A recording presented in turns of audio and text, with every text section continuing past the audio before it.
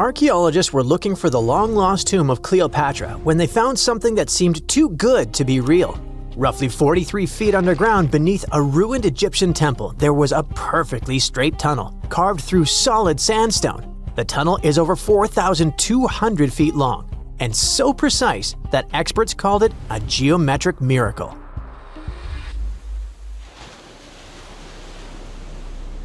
The tunnel sits beneath an ancient city west of Alexandria, near Egypt's Mediterranean coast. The team that found it carefully peeled back layers of stone and debris until they hit this passage, about 6.5 feet tall, cut cleanly into bedrock. There were no collapse marks or wandering curves, just precision.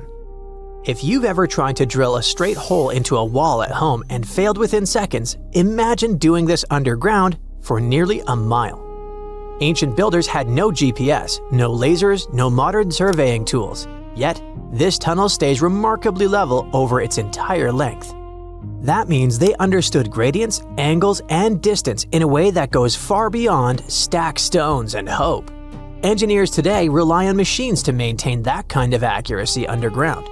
These people relied on knowledge, repetition, and patience. Parts of the tunnel now sit underwater or collapsed, probably after several earthquakes that struck the region centuries ago. Some experts think the tunnel may have once connected the temple to water sources or ritual areas closer to the sea. Archaeologists noticed that the Egyptian tunnel is an exact replica of the Eupalinos tunnel in Greece.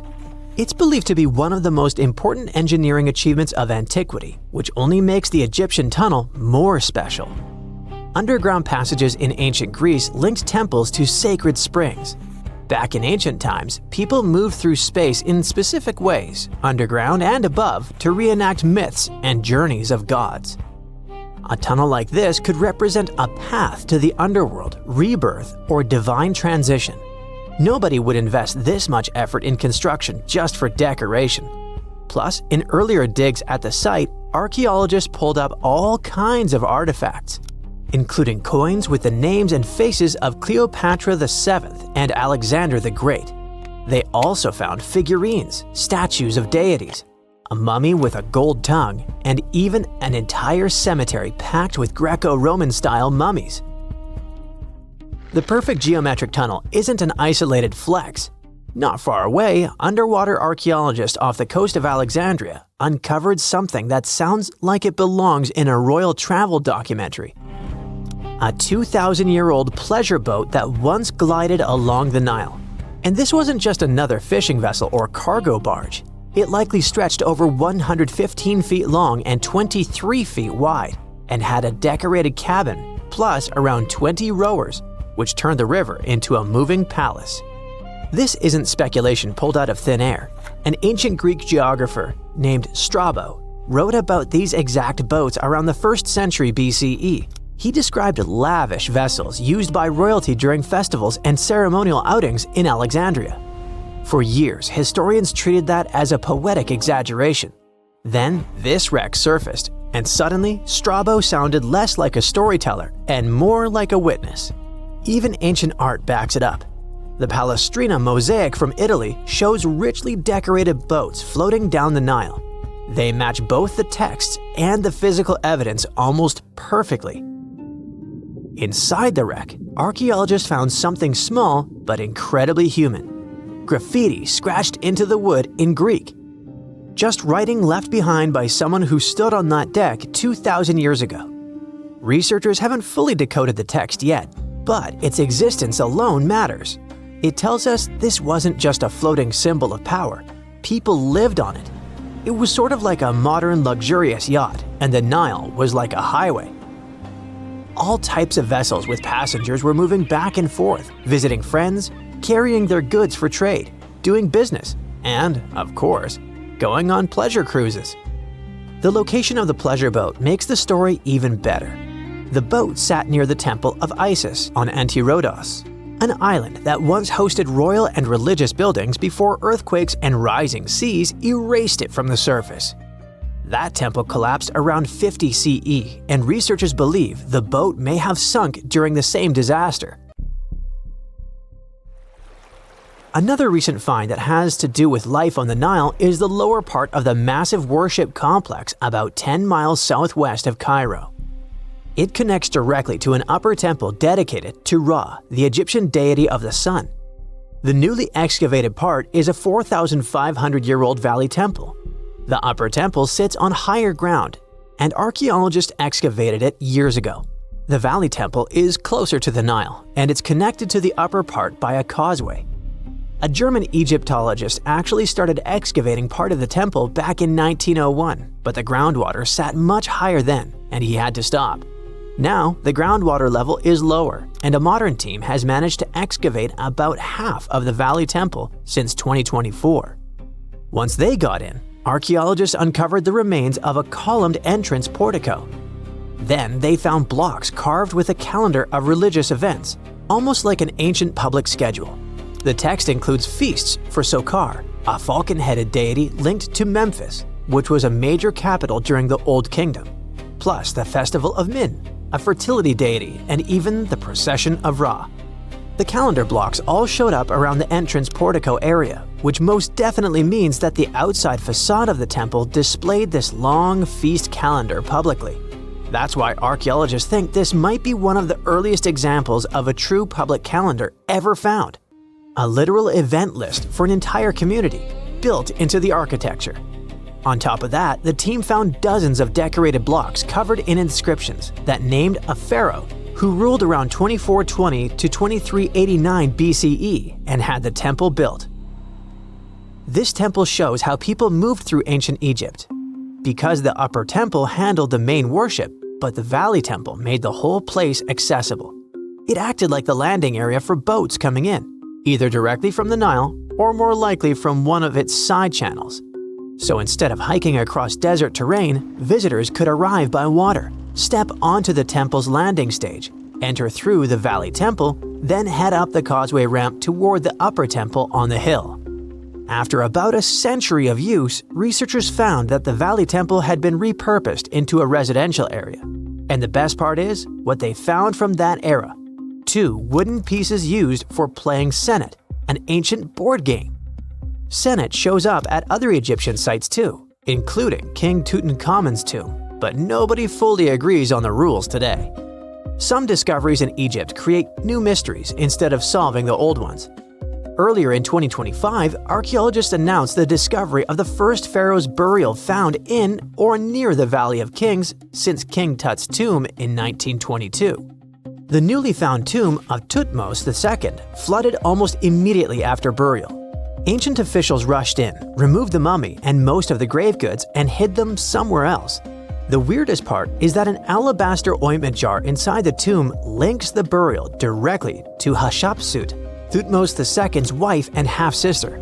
The inscription basically says she made this monument for him, which proves she arranged his burial. But it still doesn't explain why she placed him here and later chose the Valley of the Kings for herself. Now, archaeologists are studying a huge mound of rubble near the tomb, about 75 feet tall, and suspect it was built to hide something important. If a second tomb sits underneath, it could be complete and undisturbed. So, the deeper the archaeologists dig, the more ancient Egypt stops feeling like a gone civilization and starts feeling like a paused one. Looks like it didn't just survive time, it outsmarted it. And we're only just beginning to catch up. Beneath the sands of Luxor, scientists found something that was perhaps never meant to be found. Over 1,000 decorated stone blocks that belonged to the ruined temple of a woman pharaoh. It got us thinking, why was this temple so brutally destroyed, and who was this woman? Her name is Hatshepsut, and she is now considered one of Egypt's greatest pharaohs, but for a long time, history almost forgot her. She ruled during the 18th dynasty, from around 1479 to 1458 BCE. She's remembered for her ambitious building projects, successful military campaigns, and flourishing trade expeditions. It turns out she was one out of 4 women to take the title of pharaoh in Egyptian history.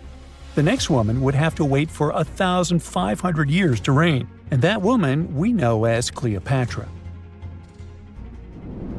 The The story of how Hatshepsut got to be a pharaoh is the most colorful part of this tale.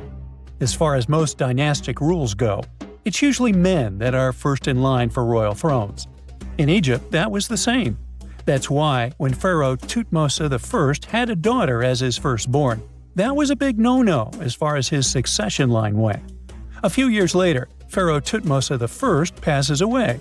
The crown passed to Thutmose II, who ruled briefly, only to leave the throne to his infant son, Thutmose III. In this scenario, Hatshepsut was this pharaoh's stepmother.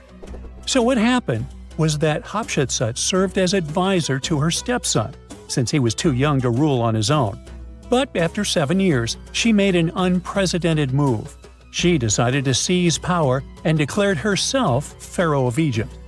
Now this was not a simple power grab. Hatshepsut understood that if she wanted to rule, she had to present herself as a legitimate king. In a bold move, she adopted the full royal regalia, including the false beard, traditionally worn by male pharaohs. She was often depicted in statues and hieroglyphs as a man, wearing the pharaoh's kilt and headdress. But this wasn't about disguising herself. Experts believe she never tried to hide her identity. Inscriptions on her statues often included feminine titles, like Daughter of Re, or grammatical structures that combined male and female terms, such as His Majesty herself. This showed that while she adopted traditional symbols of kings, she still acknowledged her true gender. But she needed to go even further.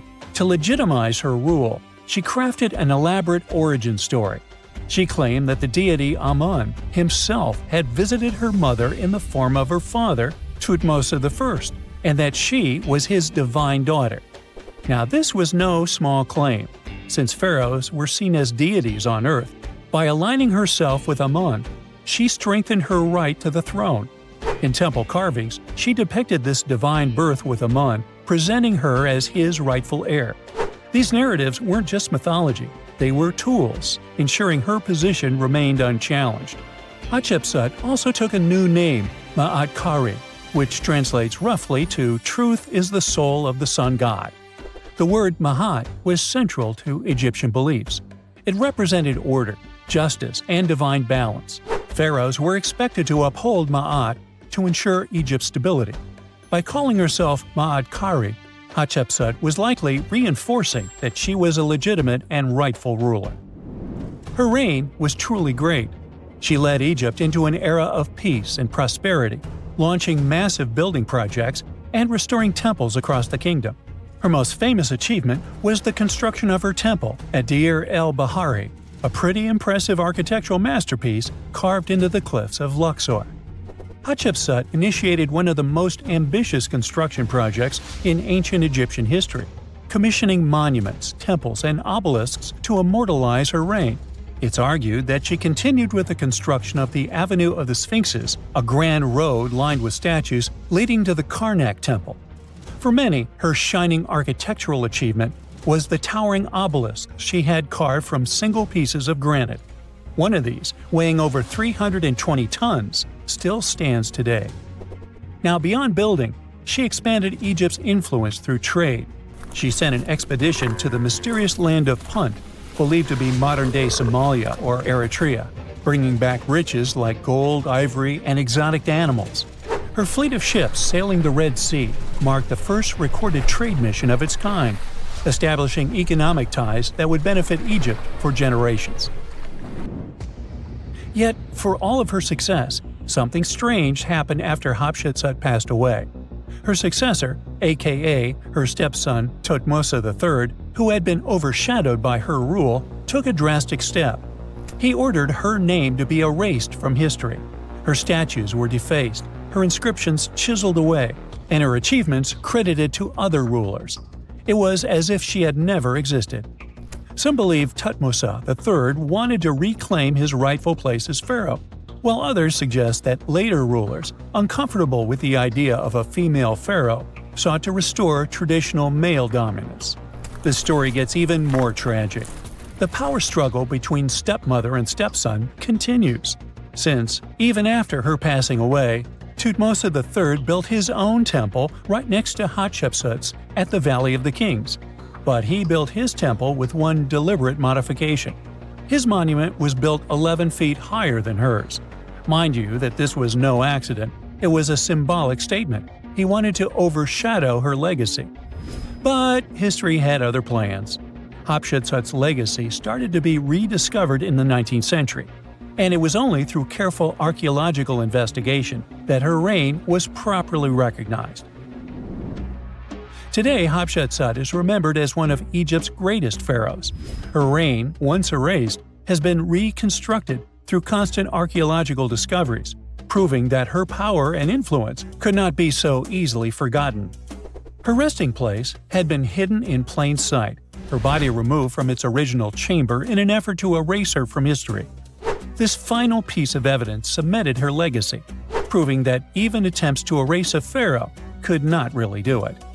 Hatshepsut's grand temple, Djeser-Djeseru, was a stunning architectural feat, designed to immortalize her reign and solidify her divine connection to Amun.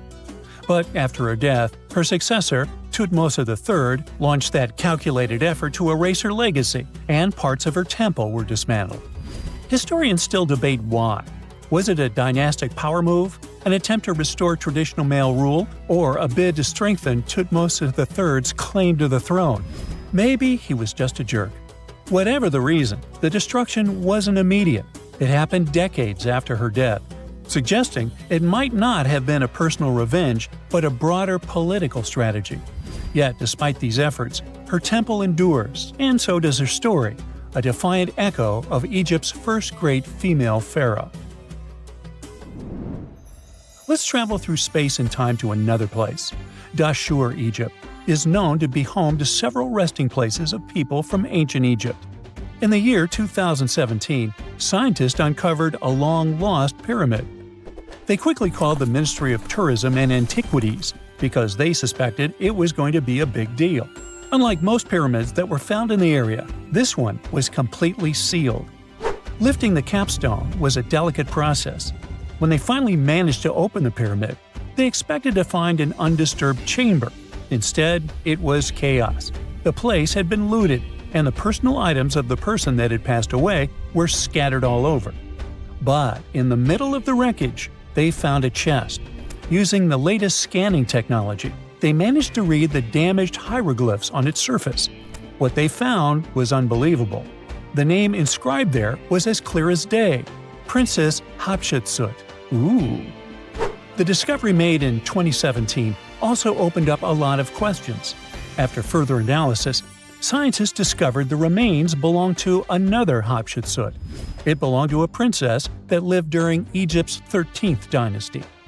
The fact that a resting place had been looted before it was sealed made scientists wonder, were these ancient people trying to hide something about this public figure? And why is there almost no record about her in ancient Egyptian history? Ooh, stay tuned. X-rays are a type of invisible radiation that can pass through our bodies and objects.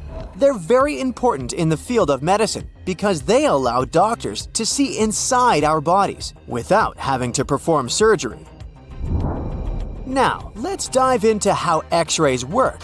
They're a kind of electromagnetic radiation, just like light or radio waves. However, they have much higher energy than light, which makes them able to go through objects that light cannot. Imagine you have a powerful flashlight. If you try to shine it through a wall, the light won't go through because the wall is too thick.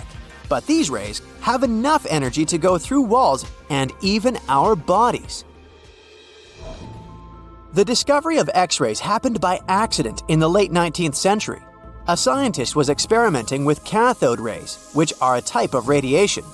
He was working in his lab and noticed that a nearby fluorescent screen started to glow, even though it was not directly exposed to the cathode rays. He realized that something invisible was causing the fluorescence, and he named it X-ray, because X is the mathematical symbol for something unknown. He continued experimenting with such rays and discovered that they could pass through many objects, like flesh and bones, but not through denser materials like metal. He also found that X-rays could create images on photographic plates, just like a camera takes pictures. The way this works is quite fascinating. Imagine you're standing in front of a bright light and you hold your hand in front of your face. Your hand blocks the light and you can't see through it. But if you place a sheet of tissue paper in front of your hand, some light will pass through, and you'll be able to see the outline of your hand. X-rays work in a similar way. When a doctor wants to take an X-ray of a part of your body, they will ask you to stand or lie down next to a machine. This device has a special plate that can capture the image. Let's say the doctor wants to further examine your arm. They will place the X-ray plate on one side of your arm and the machine on the other side. Then, the machine will produce a controlled burst of X-rays that pass through your arm. Remember how we talked about the tissue paper allowing some light to pass through? Well, in this case, some of those X-rays will go through your arm, while others will be absorbed or blocked by the denser parts of your body, like bones. The plate captures the X-rays that pass through your arm, and it creates an image. This image shows the bones and other structures inside your body, allowing the doctor to see if there are any problems or injuries. Now, you might be wondering why X-rays can pass through some things but not others. It has to do with the density and composition of the objects. Denser materials like bones absorb more X-rays, so they appear white in the image. So when you look at the result, you'll see your bones as white shapes. Other tissues like muscles and organs are less dense and allow some of those rays to pass through, so they appear as gray shadows.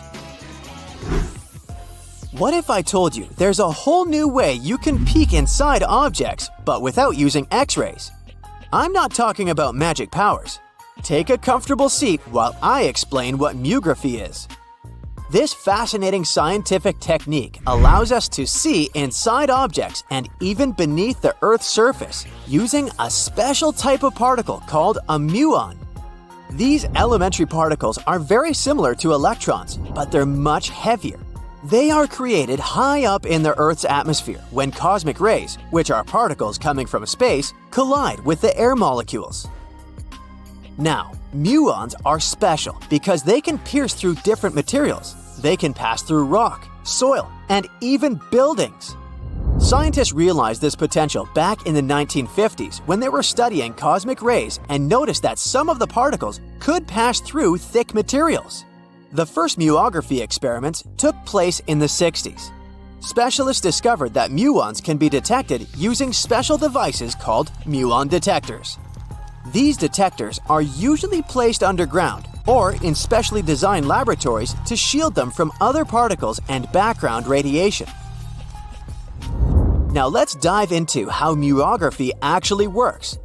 Imagine you have a large object, like a pyramid, a mountain, or even an ancient statue, and you want to see what's inside without damaging it. First, detectors are positioned around the object or in the area you want to examine. These detectors are sensitive to muons and can track their paths. When such a particle passes through a detector, it leaves a trace, like footprints in the sand. By collecting data from multiple detectors, scientists can reconstruct the paths. Here's where things get really cool. The Earth's atmosphere acts like a natural filter for muons. It turns out that the more massive an object is, the more particles it will block. So, if you have a large, dense object like a mountain, fewer muons will pass through it compared to a smaller, less dense object, like an empty box. This difference in the number of particles that reach the detectors can give us clues about what's inside the objects. Scientists use computer algorithms and mathematical techniques to analyze the data and create images. These images represent the density distribution of the object being studied. It's like creating a map that shows where the densest areas are and where there's gaps inside the object. The concept of muography is similar to using shadows to understand the shape and size of an object. Imagine you're standing in front of a bright light and you place your hand between the light source and a wall. You'll see a shadow of your hand on the wall. Based on the shape and size of the shadow, you can get an idea of what your hand looks like, even though you can't see it directly. This technique has been used to study various objects and structures. For example, scientists have used it to explore the inside of volcanoes and pyramids, and even to investigate the structure of mountains and the Earth's crust. With the help of this amazing technique, scientists have now uncovered new information about the Great Pyramid of Giza. They discovered something that had eluded tomb raiders for centuries. They found a hidden chamber. And guess what they named it? The Big Void. Yeah, I know, not the most creative name. They even used 3 different muon detection techniques just to be super sure that it was indeed a big, mysterious void inside the grandest pyramid of them all. Once news got out about this mind-boggling discovery, Egyptian authorities couldn't resist the temptation to explore further. So they brought in an endoscope camera to confirm the existence of this epic void.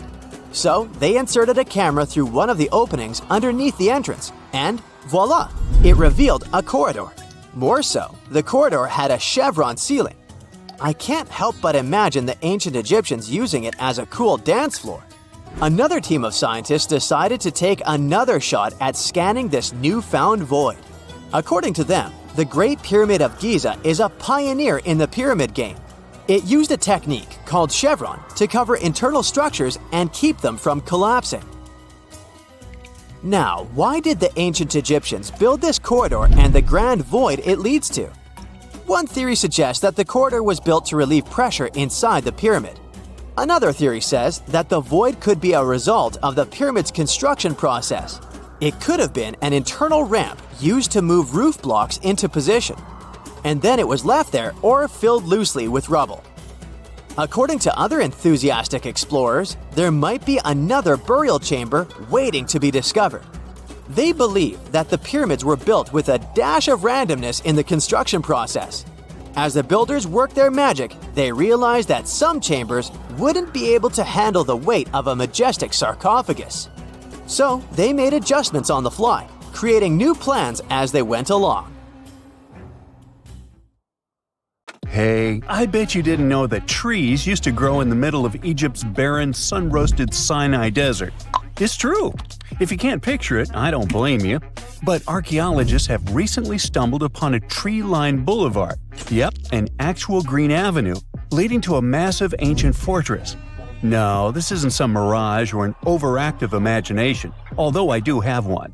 But it's turning our ideas of ancient Egyptian desert life upside down. Let's rewind a bit. The site in question is called Tel Abu Saifi, located in the northern part of the Sinai Peninsula.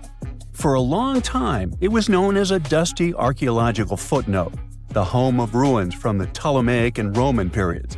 You know, the era after Alexander the Great swaggered through Egypt and the Roman Empire called dibs.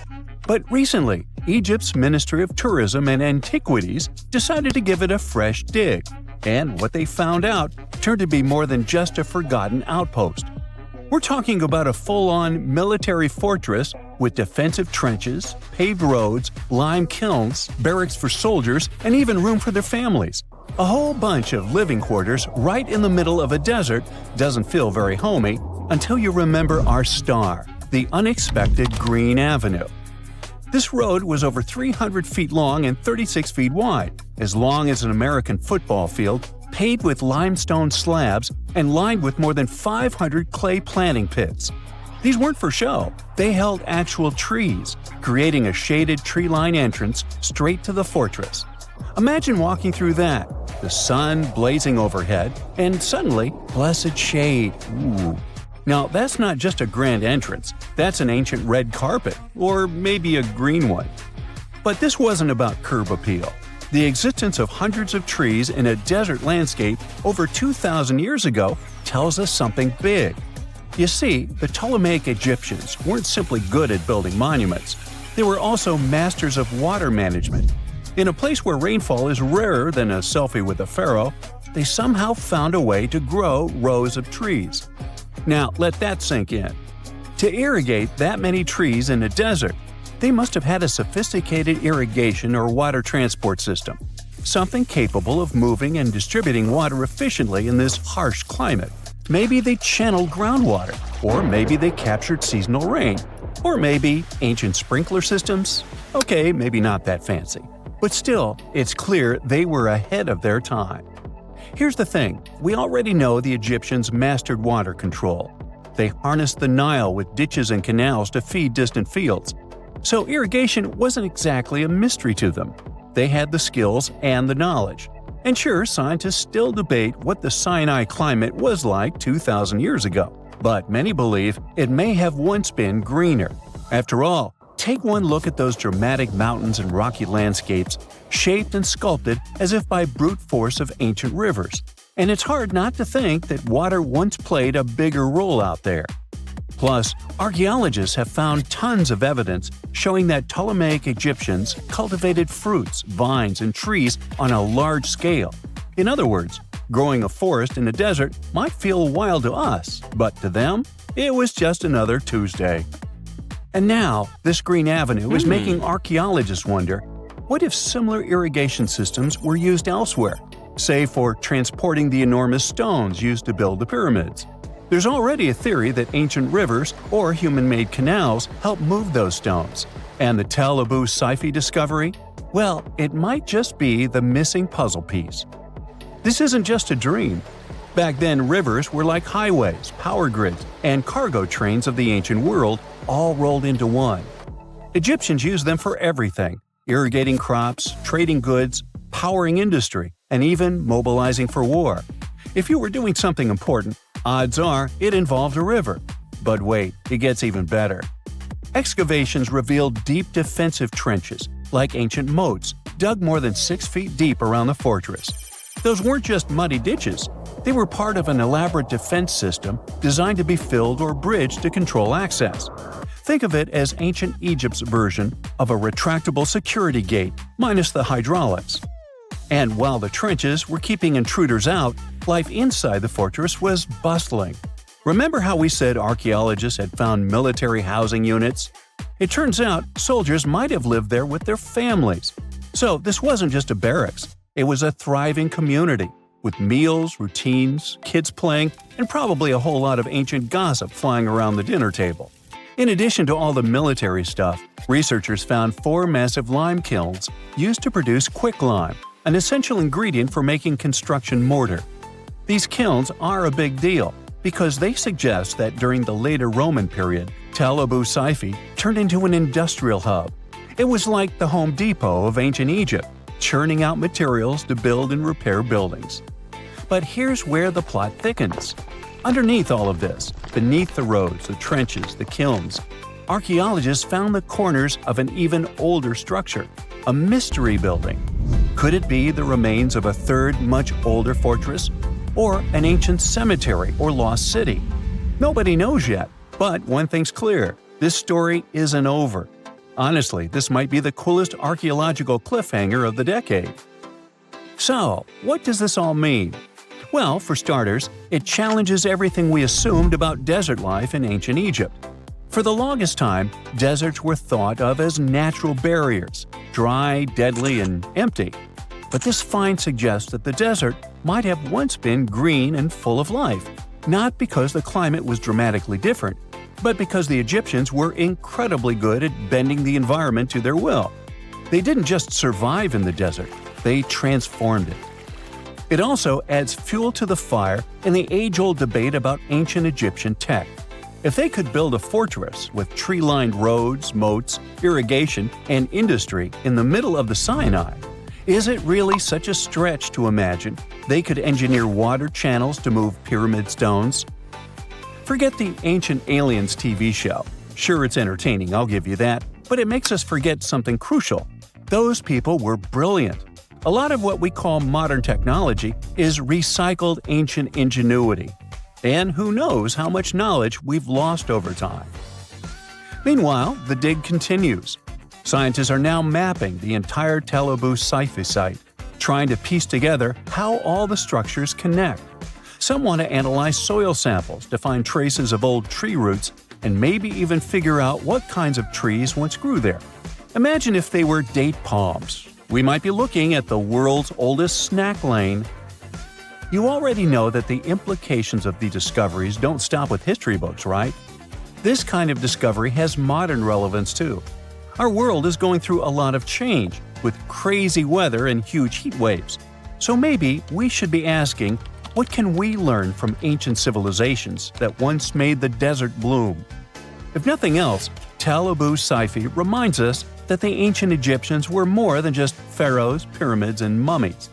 They were visionary planners, eco-architects, and straight-up problem solvers. They didn't wait for nature to hand them what they needed, they engineered it. And thanks to discoveries like this, we're getting a clearer picture of just how advanced and, frankly, how cool ancient Egyptian civilization really was. So next time someone tells you deserts are just empty wastelands, you can hit them with this fun fact. Over 2,000 years ago, in the heart of the Sinai desert, there was a fortress with a tree-lined avenue, moats, military housing, an industrial center, and even a secret underground structure. Take that, sand dunes! Who knows what else is still buried out there, waiting to rewrite history?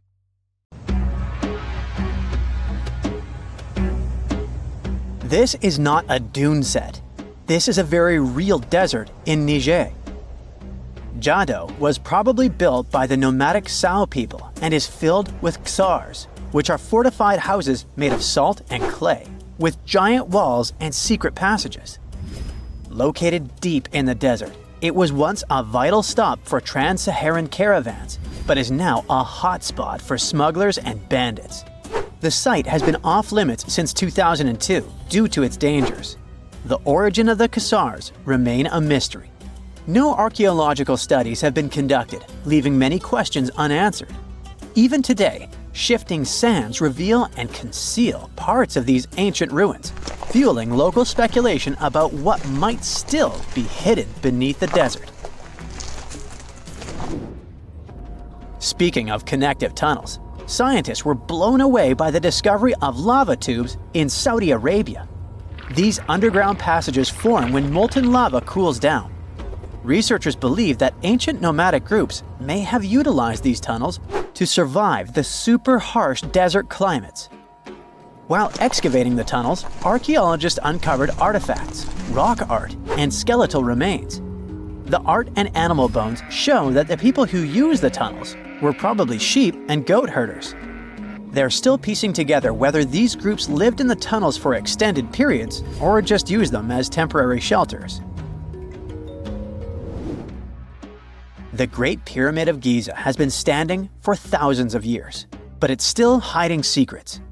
Using special scanning technology, scientists found two hidden structures under an ancient burial ground. The first is a shallow L-shaped structure, and below it is a much larger space that could be a final resting place or a chamber. The smaller structure was filled with sand on purpose, while the deeper one might be an empty chamber.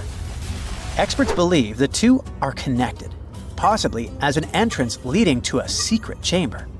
This is big news because it might give us some more insight into who built the pyramids and why. The world is full of ancient writing, but some messages refuse to give up their secrets, like the mystery of the Bashplemi tablet. This unusual stone, pulled from a lake in Georgia, is covered in symbols no one can read. Even with modern technology, experts are completely stumped. The tablet is about the size of a book, with 60 symbols carefully carved into its surface, but 39 of them don't match any known language. Some resemble scripts from ancient civilizations in the Middle East, India, and Egypt, but none are an exact match. To make things even trickier, part of the tablet is broken off, meaning a piece of the puzzle is missing forever. To rule out a hoax, scientists studied the tablet closely. They confirmed it's made of vesicular basalt, an extremely tough local rock. Whoever carved these symbols must have been really skilled. Based on similar archaeological finds, experts believe the tablet could date back thousands of years, possibly to the late Bronze or early Iron Age. Some symbols repeat, which could mean they're numbers. Maybe it's an inventory list, a record of battles, or even an offering to the deities. Until someone cracks the code, the Bashplemi tablet remains an unsolved mystery from the depths of history. experts are still stumped with what this Minoan disc might mean. The Phaistos disc is one of the most mysterious finds from the Minoan civilization. This 6-inch clay object, discovered in 1908, has strange spiral markings that no one has fully decoded yet. The disc has 241 symbols on both sides, showing everything from people and animals to tools and plants. Experts have come up with many theories about what the symbols mean. Some think it's an early form of Greek. Others suggest it's a prayer or a hymn. And some even believe it could be a letter from a king in Anatolia to a Greek ruler. Let's see who will be the first to figure this out. It's always a fun day at an archaeologist's office when they find something as big as a 2,000-year-old marble head. A French archaeologist mission went digging inside an old medieval house near Alexandria in Egypt and found a statue's head depicting an old, possibly ill man. This statue dates from the last Egyptian dynasty before it became part of the Roman Empire, and the site where it was found is associated with the likes of Cleopatra and Mark Antony. For archaeologists, even the smallest finds at this site means a lot. You've heard of Lucy, right? The Australopithecus that was an early ancestor for us humans. Well, scientists found some of her species' footprints somewhere in Tanzania. The so-called Laetoli footprints are over 3 million years old. The trail stretched 88 feet and has about 70 footprints, left behind when a bunch of early humans walked across some wet volcanic ash. What's cool is that these early humans were already walking on 2 feet, like us, not all hunched over like apes.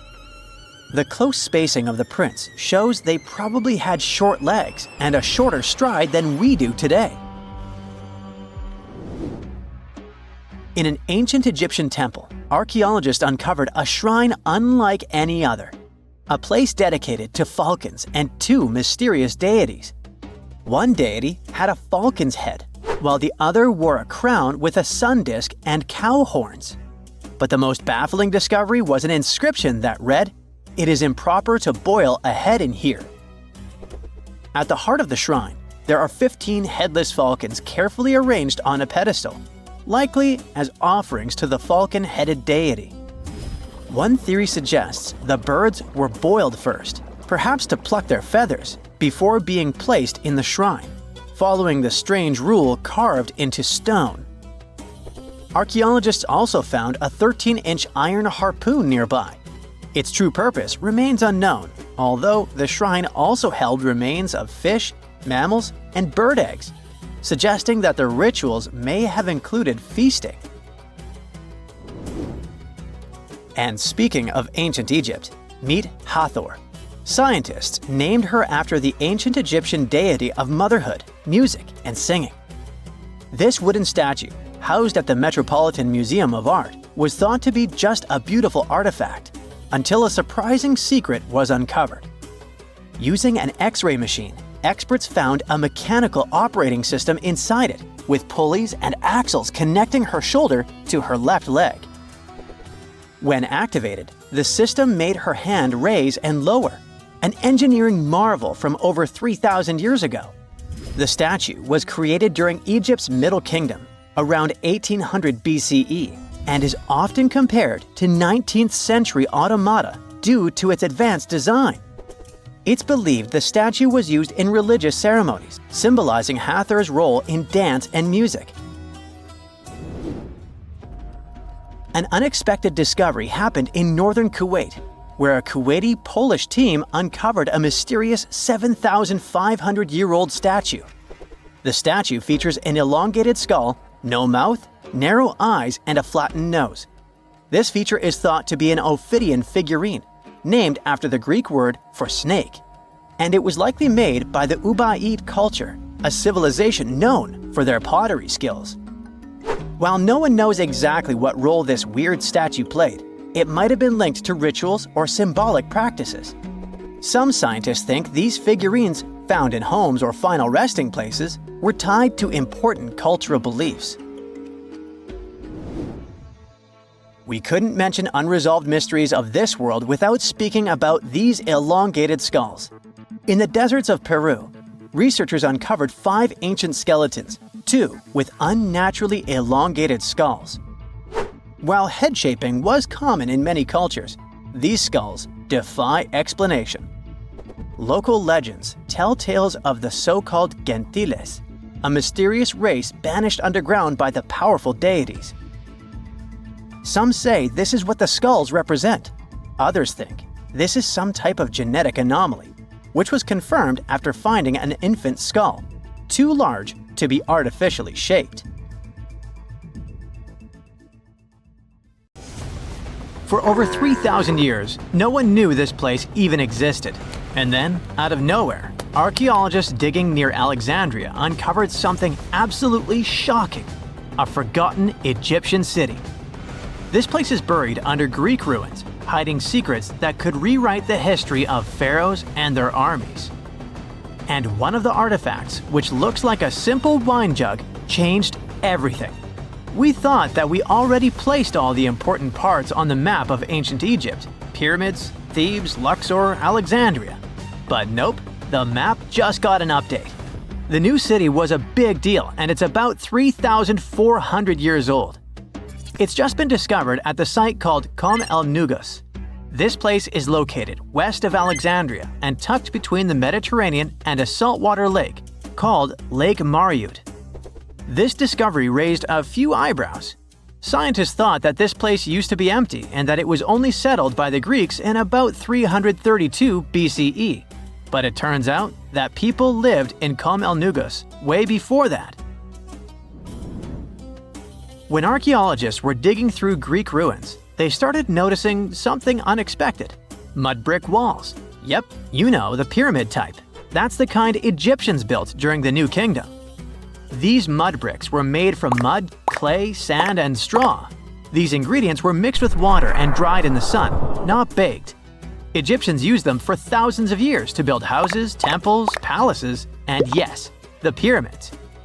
Of course, other civilizations did use mud brick too, but Egyptian mud brick is kinda quirky. They used straw that grew in their regions, layout styles, and mortar.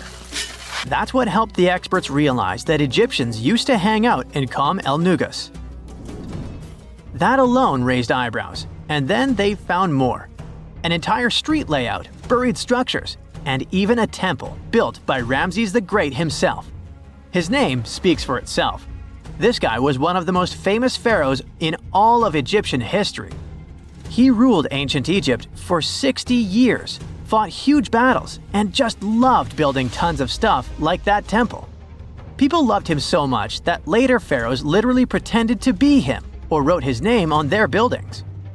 That's when archaeologists realized that they weren't looking at some dusty mud bricks of a tiny village. That's an entire buried city. They immediately started digging more. Turns out the whole place wasn't random. It was built with great care. The streets had drains to stop rainwater from damaging the soft mud-brick walls. There were also small tomb chapels with writings about soldiers. This suggests this place might have been the military base, and that changes a lot. In ancient Egypt, when the military showed up, there must have been a reason. So what was it? Protection? Conquest? Control of something important? In the case of this city, it was probably about wine, water, and trade on the edge of the desert. What's even crazier is that we still don't know just how big it was. The team has only uncovered part of it so far. There could be fortifications, warehouses, administrative buildings, or even more religious or royal structures waiting underground. We also don't know what this town was called in ancient times. That name is still buried. But it might be uncovered someday, maybe inside a wall, maybe on a scroll, maybe on another broken jug. One of those already turned out to be a mind-blower. A chunk of a ceramic jar, called an amphora, had a royal seal pressed into it, and that seal bore the name Meredaton. Princess Meredaton wasn't just anyone. She was the eldest daughter of Queen Nefertiti and the older sister of King Tutankhamun. Yes, that's right. both Nefertiti and King Tut were involved here. All that was about a century before Ramses the Great built one of his temples here. Looks like the city was founded back in the days of another pharaoh, the pharaoh Akhenaten, husband of Queen Nefertiti, father of Princess Merenptah, and future king Tutankhamun. That guy, Akhenaten, was a bit of a wild card. He was the type who really gets weird about one of his interests. He tried to completely change Egypt's religion, forcing everyone to worship the sun disk called Aten instead of the usual deities. He basically told all Egypt that all their mythology was wrong, and from now on, there will be no more Osiris, no more Thoth or Set. Just raw sunlight only, people. That's known in history as the Amarna period. And he went all in, changed his name, built an entirely new capital city called Amarna in the middle of the desert, redesigned temples, rewrote hymns, and even banned traditional religious imagery. Even the art got wild at the time. People started getting elongated heads, belly rolls, and all that humanity and vulnerability carved into stone. It was deliberately weird. He wanted to show the family not as perfect gods, but as human vessels of divine light. Everyone had to awkwardly smile and play along because he was the pharaoh after all. The wackiest part is that after his rule, his son, Tutankhamun, reversed all the sun disk-related stuff. He literally changed his name from Tutankhaten, which means living image of the Aten, the sun disk, to Tutankhamun, which means living image of Amun, one of the great older deities. King Tut brought back the old deities, reopened the temples, and erased as much of Akhenaten's legacy as possible. Looks like his family didn't really like the sun cult after all. Meanwhile, this discovered wine jug shows that the city was probably active, thriving with life during Akhenaten's times. That's huge. Up until now, there was no clear evidence that his radical ideas and projects extended all the way to the north. The jug also shows that vineyards and wine production reached all the way to the north in ancient Egypt. Wine really was a huge deal, worthy of placing a military base here. Princess Merenptah most likely used this jug. Just like with her brother, she was born into the sun and named after it. Her name, also spelled Merenptah, meant beloved of the Aten. As the eldest daughter of Pharaoh and his queen, born right into the middle of radical religious changes, she was raised to perform the future queen's duties. From her earliest years, she walked in temples alongside her mother Nefertiti, shaking the sistrum in solemn rituals. She was there when Akhenaten established his capital city, Amarna. He clearly loved his family. Merenptah's face was etched into its stone walls more than anyone else. In every temple, in every sacred scene, her figure appears, revered. Things get foggy in history after her father passed away. The throne wobbled. King Tut was very young, only 9 years old when he had to take new duties. Merenptah seemed to have been a brief step between her father and her younger brother. She married someone called Smenkhkare. History isn't even sure who that mysterious man was. Could have been a puppet, a phantom king in a crumbling dynasty. May have even been her brother. Whatever the truth was, these two took power and ruled together for a while. Merenptah got the title of the Great Royal Wife, a title of immense power. But Smenkhkare was a very short-lived ruler. He passed away just in about a year. There are some speculations among historians that Merenptah was the actual ruler, the informal female pharaoh, because her brother was too young. Some theories say that she raised Tutankhamun and became a sort of queen regent, mentoring the child who would be used to restore the old order. But all this is unconfirmed. It's very hard for historians to find information about that time because the Amarna period was later condemned. The successors wanted to wipe away Akhenaten's heresy and everything attached to it. This included Merenptah. So even if she ruled, even if she mothered Tut, they tried to bury her in the sands of history. In any case, perhaps this new uncovered city will tell us more about the mysteries of the Amarna period, one of the most chaotic periods of ancient Egypt. If If there's a question that still baffles archaeologists to this day, it's this one. How did the ancient Egyptians build those magnificent pyramids? As far as we know today, their resources were quite limited, especially in terms of tools and building materials. We still don't have a fully satisfying answer, but hey, we've got some pretty amazing theories worth considering. The leading contender among these theories involves the clever Egyptians employing a sneaky strategy. Now picture this. They constructed a slanted and curving mound made of bricks, earth, and sand encircling the pyramid to be. As the pyramid grew taller and taller, they simply increased the height and length of this wacky structure. It's like they were playing an ancient game of Jenga. Now, how did they get those massive stone blocks up there? Well, according to the legendary ancient Greek historian Herodotus, they used sleds, rollers, and levers. It sounds like they turned construction into a supersized game of tug-of-war. And guess what? Herodotus also claimed that the Great Pyramid, the one from Giza, the granddaddy of them all, took a whopping 20 years to build. There's more. Herodotus also dropped a mind-boggling number on us. 100,000 men were supposedly involved in this pyramid extravaganza. Did they hire the entire Egyptian population? Well, it might not be as far-fetched as it sounds. These men were probably mostly farmers, so they probably focused on the pyramids when there wasn't much work to be done in the fields. Like during the flood season of the Nile River. Obviously, specialists in the archaeological community had something to add to this theory. By the late 20th century, they discovered some evidence that suggests the workforce might have been smaller and more permanent than previously thought. Instead of a massive army of 100,000 pyramid builders, they proposed that a modest crew of around 20,000 workers, accompanied by support personnel like bakers, physicians, and even spiritual leaders, could have gotten the job done. There was also this theory that claimed that the pyramids were actually built from the top downward. It suggested that these colossal structures were nothing more than isolated hills used as quarries. The stones were supposedly drawn from these hills, and over time, competing engineers took charge and transformed them into the iconic pyramids we know today. Now, before you dismiss this theory as a wild fantasy, some folks thought it wasn't completely crazy. After all, there are instances where isolated hills exist, so maybe this theory had a tiny glimmer of truth. Whether it involved ramp building or ingenious work schedules, one thing is clear. Those pyramids have definitely left their mark on history and on our imaginations. Now, speaking of ancient Egyptian mysteries, there's this gigantic unfinished obelisk sitting in ancient Egypt, and scientists are trying to figure out how it was shaped. Now, some people suggest that our industrious ancestors used handheld pounders to get the job done. One expert has a different take on the matter, though.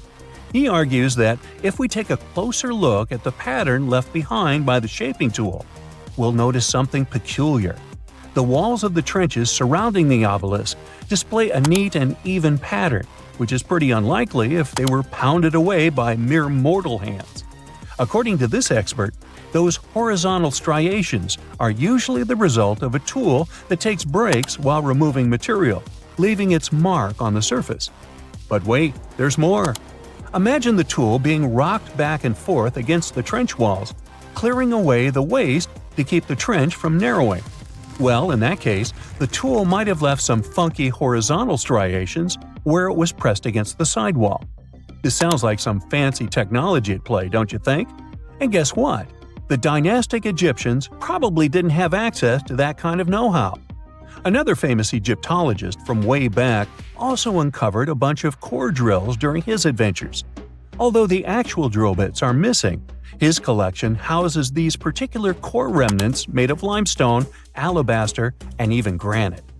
These constructions aren't the only amazing thing the ancient Egyptians left behind, though. As it turns out, the Egyptians were the genius minds behind the creation of the handheld mirror. Yeah, that little mirror you use every day to check yourself out. But here's the twist. These mirrors are like pieces of art. They were decorated with inscriptions and figures.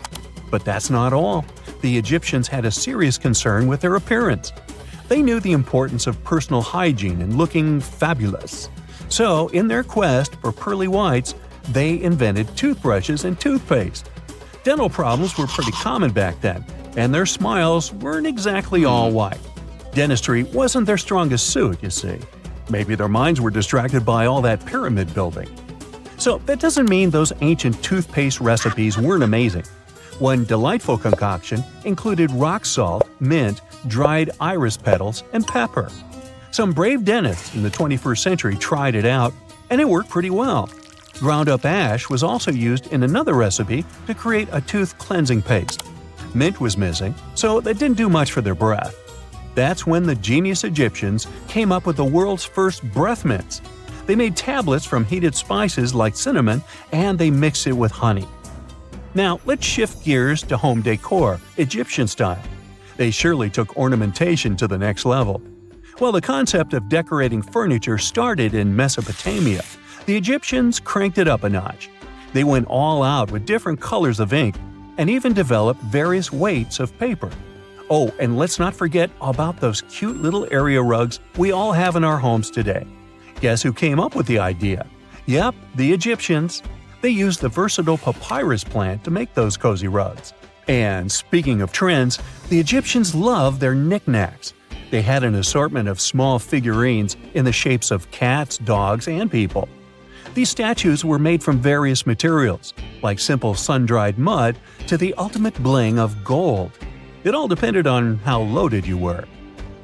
The Egyptians were also all about farming, and they knew that clean water was crucial for their crops and animals. That's why they came up with some nifty inventions and techniques to make sure their land was fertile and their plants were happy. First off, they had the genius idea of using ox-drawn plows. They had two types of plows, heavy and light. The heavy plow would strut its stuff, cutting deep furrows in the soil, while the lighter plow followed behind, fluffing up the earth. But they didn't stop there. After plowing, the Egyptians would break up clumps of soil and sow the rows with seeds. To give those seeds a good old squish into the furrows, they'd march their livestock across the field, effectively closing up the furrows. But hey, all that hard work would be pointless if their seeds were as dry as the Sahara. That's where irrigation comes into play.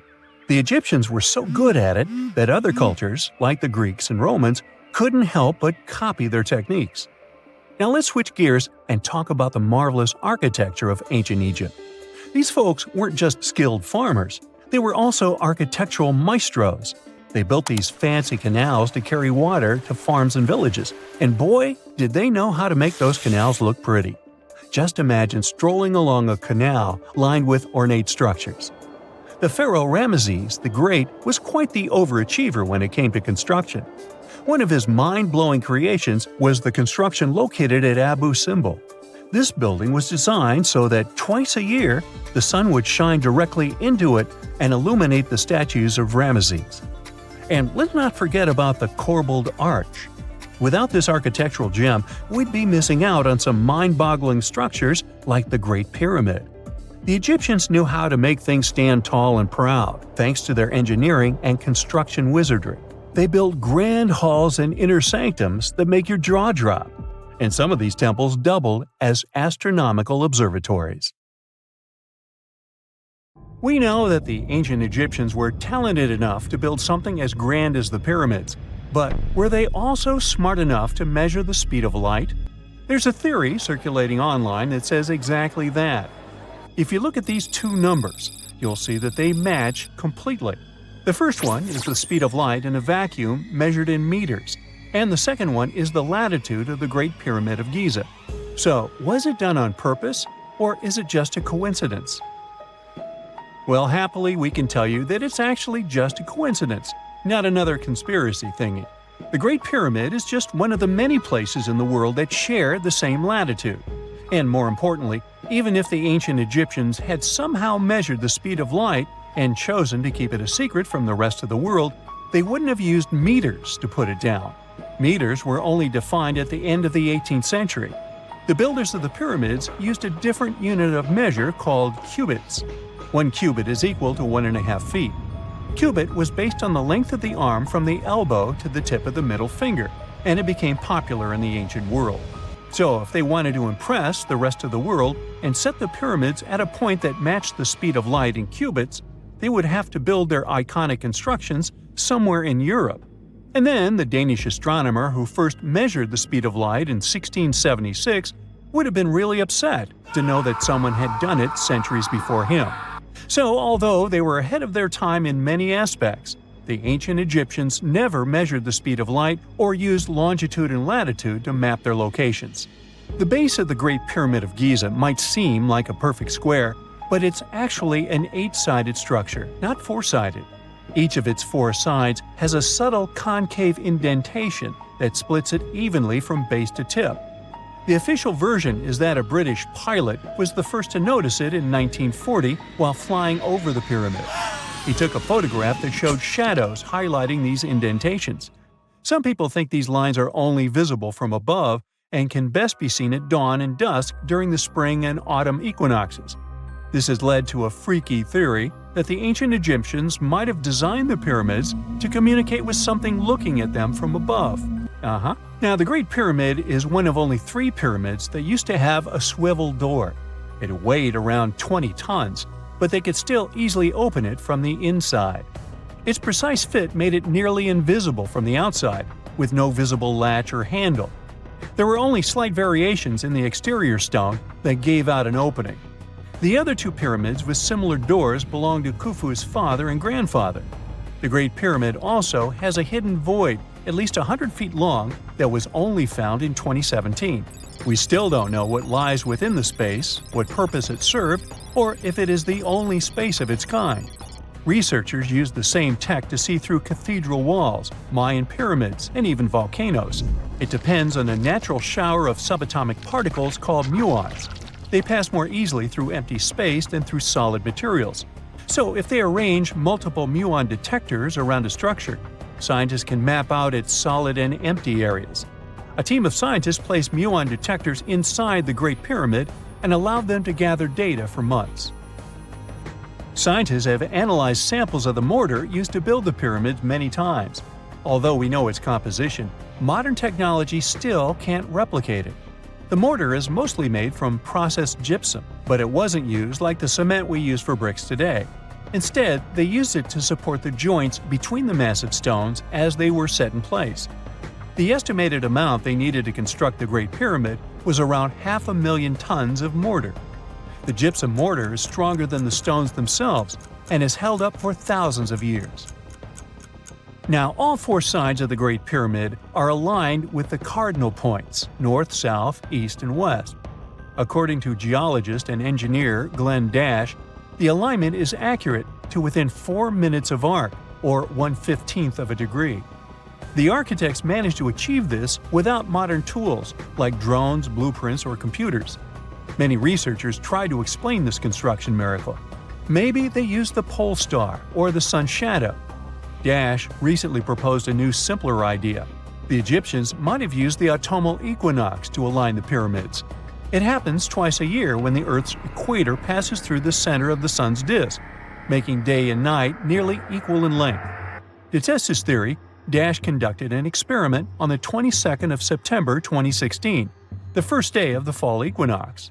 He used a special rod the Egyptians had to cast a shadow and tracked its tip at regular intervals, forming a smooth curve. By connecting 2 points of the curve with a taut string, he created an almost perfect east-west line. Dash noted that on the equinox, the shadow's tip runs in a straight line, nearly perfectly east-west, and with a slight counterclockwise error. There's a similar error in the pyramids. Although his experiment was conducted in Connecticut, Dash believes that the same method would work in Egypt. All the ancient Egyptians needed was a clear, sunny day. They could determine the fall equinox by counting 91 days from the summer solstice. But they left us few clues, and no engineering documents or architectural plans have been found that explain their methods. So they might have mapped shadows, but it's not definite. Now, scientists have long wondered how heavy stone blocks were carried to the pyramid sites, and they might finally have an answer. A research team from the University of North Carolina, Wilmington, has discovered that 31 pyramids are likely to have been built along a long-lost ancient branch of the River Nile. It's now hidden under desert and farmland. For many years, archaeologists have thought that ancient Egyptians must have used a nearby waterway to transport materials, equipment, people, and whatever else they needed to build the pyramids on the river. But up until now, they weren't certain of the location, shape, size, or proximity of this waterway to the site of the pyramids. The group of researchers used radar satellite imagery, historical maps, geophysical surveys, and sediment coring to map the river branch. They believe it was buried by a major drought and sandstorms thousands of years ago. The team managed to go below the sand surface and get images of some hidden features thanks to radar technology. They found hidden rivers and ancient structures running at the foothills of where most of the ancient Egyptian pyramids lie. The discovery of this extinct river branch helps explain the high pyramid density between Giza and Lisht, in what is now an inhospitable area of the Sahara Desert. Now, Egypt isn't the only country with the most pyramids in the world. The champion's title here goes to its southern neighbor, Sudan. It has between 200 and 255 pyramids, compared to Egypt's measly 138. They were built by members of the Kingdom of Kush, an ancient civilization that ruled the lands along the Nile River many years ago. They started erecting pyramids around 500 years after the Egyptians had stopped doing it. Their pyramids are much smaller than the Egyptian ones, but were built for the same purposes. Archaeologists are still working to find out how the pyramids in the Sudan were built, how long it took to complete them, and what happened to their society. When you hear the word mummy, you might get a chill down your spine. That's because most of us associate this word with those creepy characters we've seen in some scary movies. But in reality, mummies have helped us understand a lot about ancient civilizations, their rulers, and about how people used to deal with losing their loved ones. The people most famous worldwide for their mummies are the ancient Egyptians. They believed that some sort of existence after passing away was possible, if certain conditions were met. That's why they insisted on preserving the human body through the process of mummification and placing the mummy in a furnished tomb, kind of like giving it a fully functioning apartment of its own. Why did they believe in this? Well, because they were deeply connected to their natural environment for the most part. They saw the natural cycles around them, like how the sun rose every day, followed by the moon, or how new life was always sprouting from plants, even after they had wilted away. They also believed that the powerful spirit Osiris, who represented the cycle of passing away and resurrection, played a role in this process. To prepare for the afterlife, the ancient Egyptians followed certain rituals, like mummification, which involved using materials like honey, resins, and incense to preserve the body. There's no other mummy more popular than that of King Tut. He was a young pharaoh who ruled over 3,000 years ago in Egypt. The problem with discovering ancient royal tombs is that most of such burial sites were previously robbed. People knew ancient rulers had been left with many valuable belongings, so those locations became vulnerable to thieves. When King Tut's tomb was opened in 1922, people were excited because it had not been robbed, like many other previously discovered royal tombs. That's how well hidden it was. Inside, his mummy was encapsulated in a total of 3 coffins, including one made of gold. The objects found in his tomb showed us what ancient Egypt was like, and studying his mummy also helped us learn about the culture and practices popular at the time when he passed away. We also learned about his family by looking at his DNA. Scientists were able to discover that he had had a disease called malaria and a problem with his foot that might have made it hard for him to walk. Ramses II was another pharaoh in Egypt who ruled for 68 years, which was quite a lot back in the day. He was known for his expansion campaigns and building projects. Many objects from his time as a ruler still exist today, including a large statue of him. Ramses II was about 6 feet tall and lived to be about 90 years old. After looking at his mummy, scientists concluded that he may have had a medical condition that affected his spine. Now, remember those thieves I mentioned before? They are probably the reason why Ramses II ended up in a plain coffin in a secret collection of royal mummies at Deir al-Bahari, which was rediscovered in 1881. Thankfully, archaeologists were able to identify him because his journeys had been recorded on his wrappings. The process was really tedious too. In fact, in ancient Egypt, the mummification process could take a staggering 70 days to complete.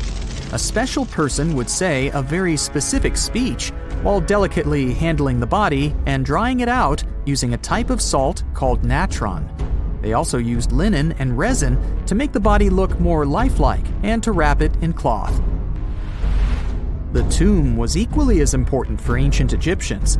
The walls of King Tut's tomb, for example, were adorned with intricate artwork that depicted his journey to the afterlife, from his burial procession to his passage through the underworld.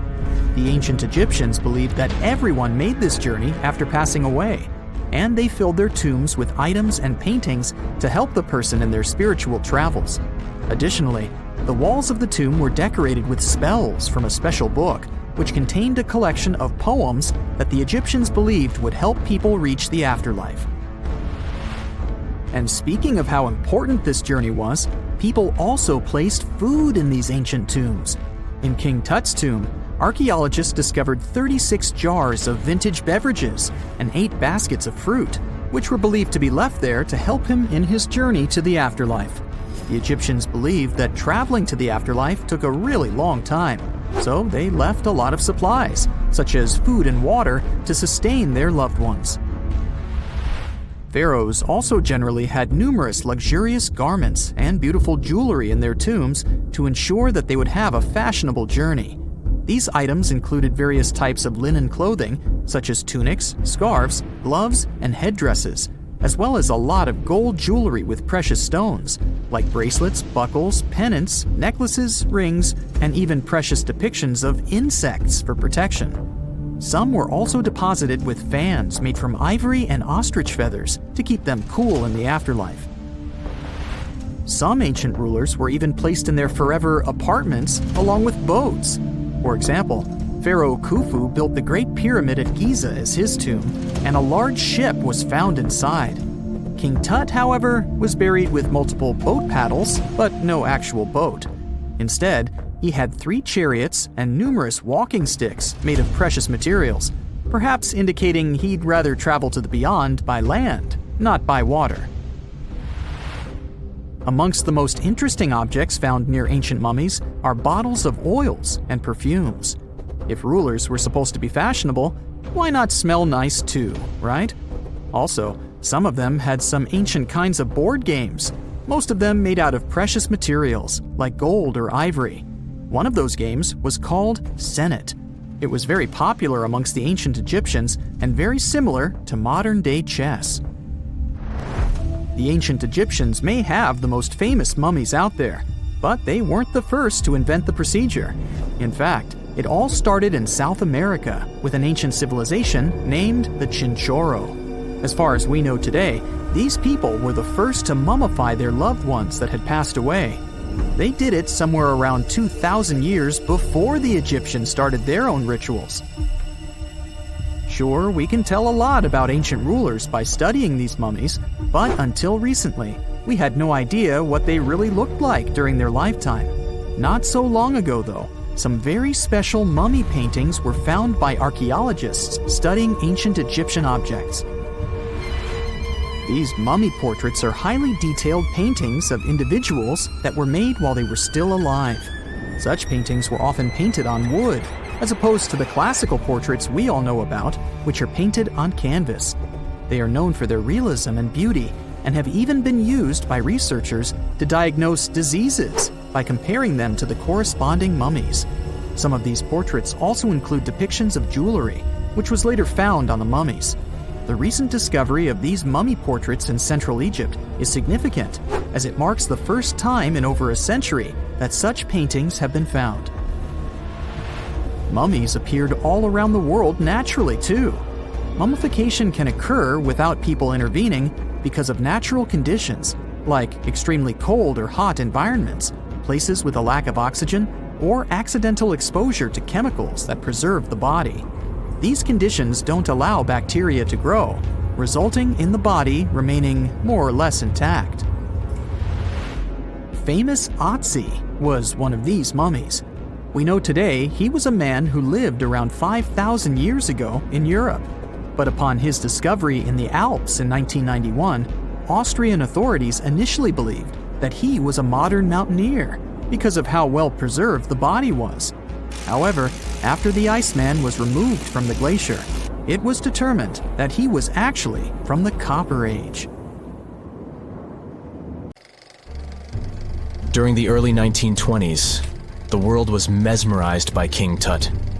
A British archaeologist, Howard Carter, discovered the young pharaoh's tomb in Egypt's Valley of the Kings, 1922. But the public wasn't only interested in gold and jewelry.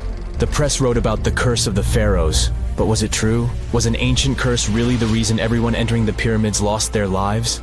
At the time, this was the only explanation for a series of unexplained passings. The man present at the opening of King Tut's burial chamber, George Herbert V, Earl of Carnarvon, lived only 5 more months after the discovery. He had also sponsored the dig. In comes Sir Arthur Conan Doyle. You probably know of him, the English writer behind Sherlock Holmes.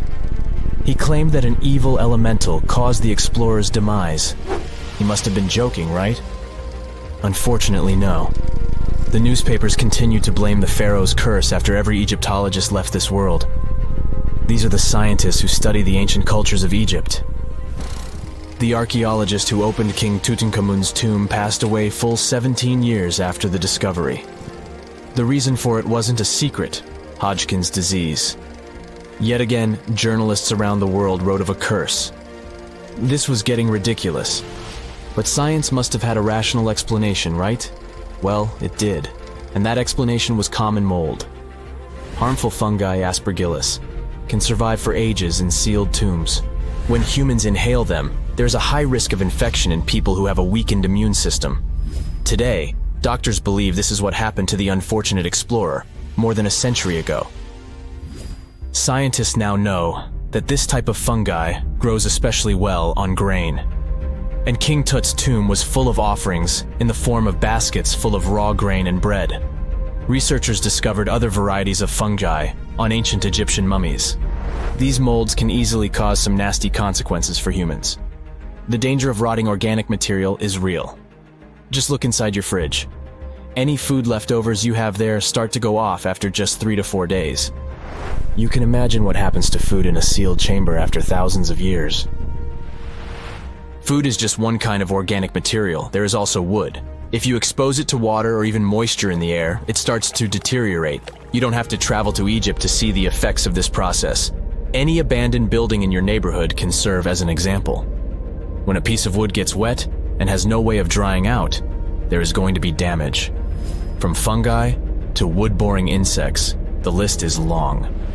Rotten wood presents a huge structural issue. Beams and floor panels are all made of timber, so you better not go inside a failing building. You can easily lose your footing. But this is just the tip of the iceberg. The building materials since the time of the pharaohs have changed, but so have the dangers. One of the best examples is asbestos. Until the 1970s, most home insulation materials contained this substance. It was in everything, from boilers to soundproofing. This microfiber provided excellent heat insulation. But then, the United States banned asbestos in 1989. The UK did the same a decade later. The reason for it is that asbestos becomes a health hazard when it gets damaged. When humans inhale asbestos fibers, they can get seriously sick. Abandoned strictures are full of this material, and there is no one to maintain them. You see the danger now. Another material is also common in old buildings: lead. Ancient Romans used lead piping to channel spring water into their homes. They also cooked in lead vessels, which was probably not the wisest of choices. You see, lead and water don't go well together because of something called corrosion. But this problem isn't ancient. US officials banned lead piping only in 1986. That means that 7% of American households still have lead service lines. And this is not the only source of poisoning. Until the mid-1960s, builders used lead paint to coat woodwork. In abandoned buildings, this lead coating snapped a long time ago. Anyone who touches doors and windows will disturb this lead dust and inhale it. The dust particles are at least visible to an unaided eye. This is not the case for carbon monoxide. This gas has no color, so you can't see it. It has no odor, so you can't smell it. No way to detect a carbon monoxide leak at all. And how does this dangerous gas usually escape? Poor maintenance. Well, abandoned buildings have zero maintenance. 1 second, you could be exploring an old factory, and the next you could feel dizzy with and have a terrible headache. These are just some of the symptoms of CO poisoning, the less severe ones. But what is the source? All it takes is for an old boiler to finally give way after years of neglect. We've reached an important question. What is the main factor in air quality inside a room? If you are thinking the level of oxygen, try again. It turns out that oxygen levels drop by only 0.3% in 8 hours inside an airtight room. This is a room in which doors and windows are sealed with tape, so the decrease is even smaller in normal conditions. Oxygen isn't the main problem. The levels of carbon dioxide rise sharply inside a sealed room. This is the direct result of human breathing. We inhale oxygen and exhale CO2. Think of it as a waste gas. Normally it's only a tiny portion of the air we breathe, 0.04%. But in a sealed room, high levels of carbon dioxide will make you feel drowsy. And that's the last thing you need when inside a dilapidated building. Carbon dioxide will decrease your ability to think clearly. Researchers from Harvard did an interesting study in 2016. They had office workers come in 6 days in a row to complete a problem-solving test. During the week, they gradually raised the carbon dioxide levels in the mock-up office. The results of the same test kept getting worse over time. There are many factors at play, but CO2 levels definitely had an impact on the workers' problem-solving ability. The test took place inside a typical office environment, not inside a crumbling building where visitors must watch their every step. When I say visitors, I really mean trespassers, and trespassing is a criminal offense in the United States. This goes both for private and public property. If you defy the law, you can be fined up to $5,000 or even face lockup time. That should make you think twice before jumping over a fence with a no trespassing sign. But again, you might not be the only one inside. You can never know who else is in the building. Perhaps a person up to no good? It doesn't have to be a person at all. Animals can pose a threat as well. You would be startled if you saw a rat, for example. But the poor animal would be scared as well.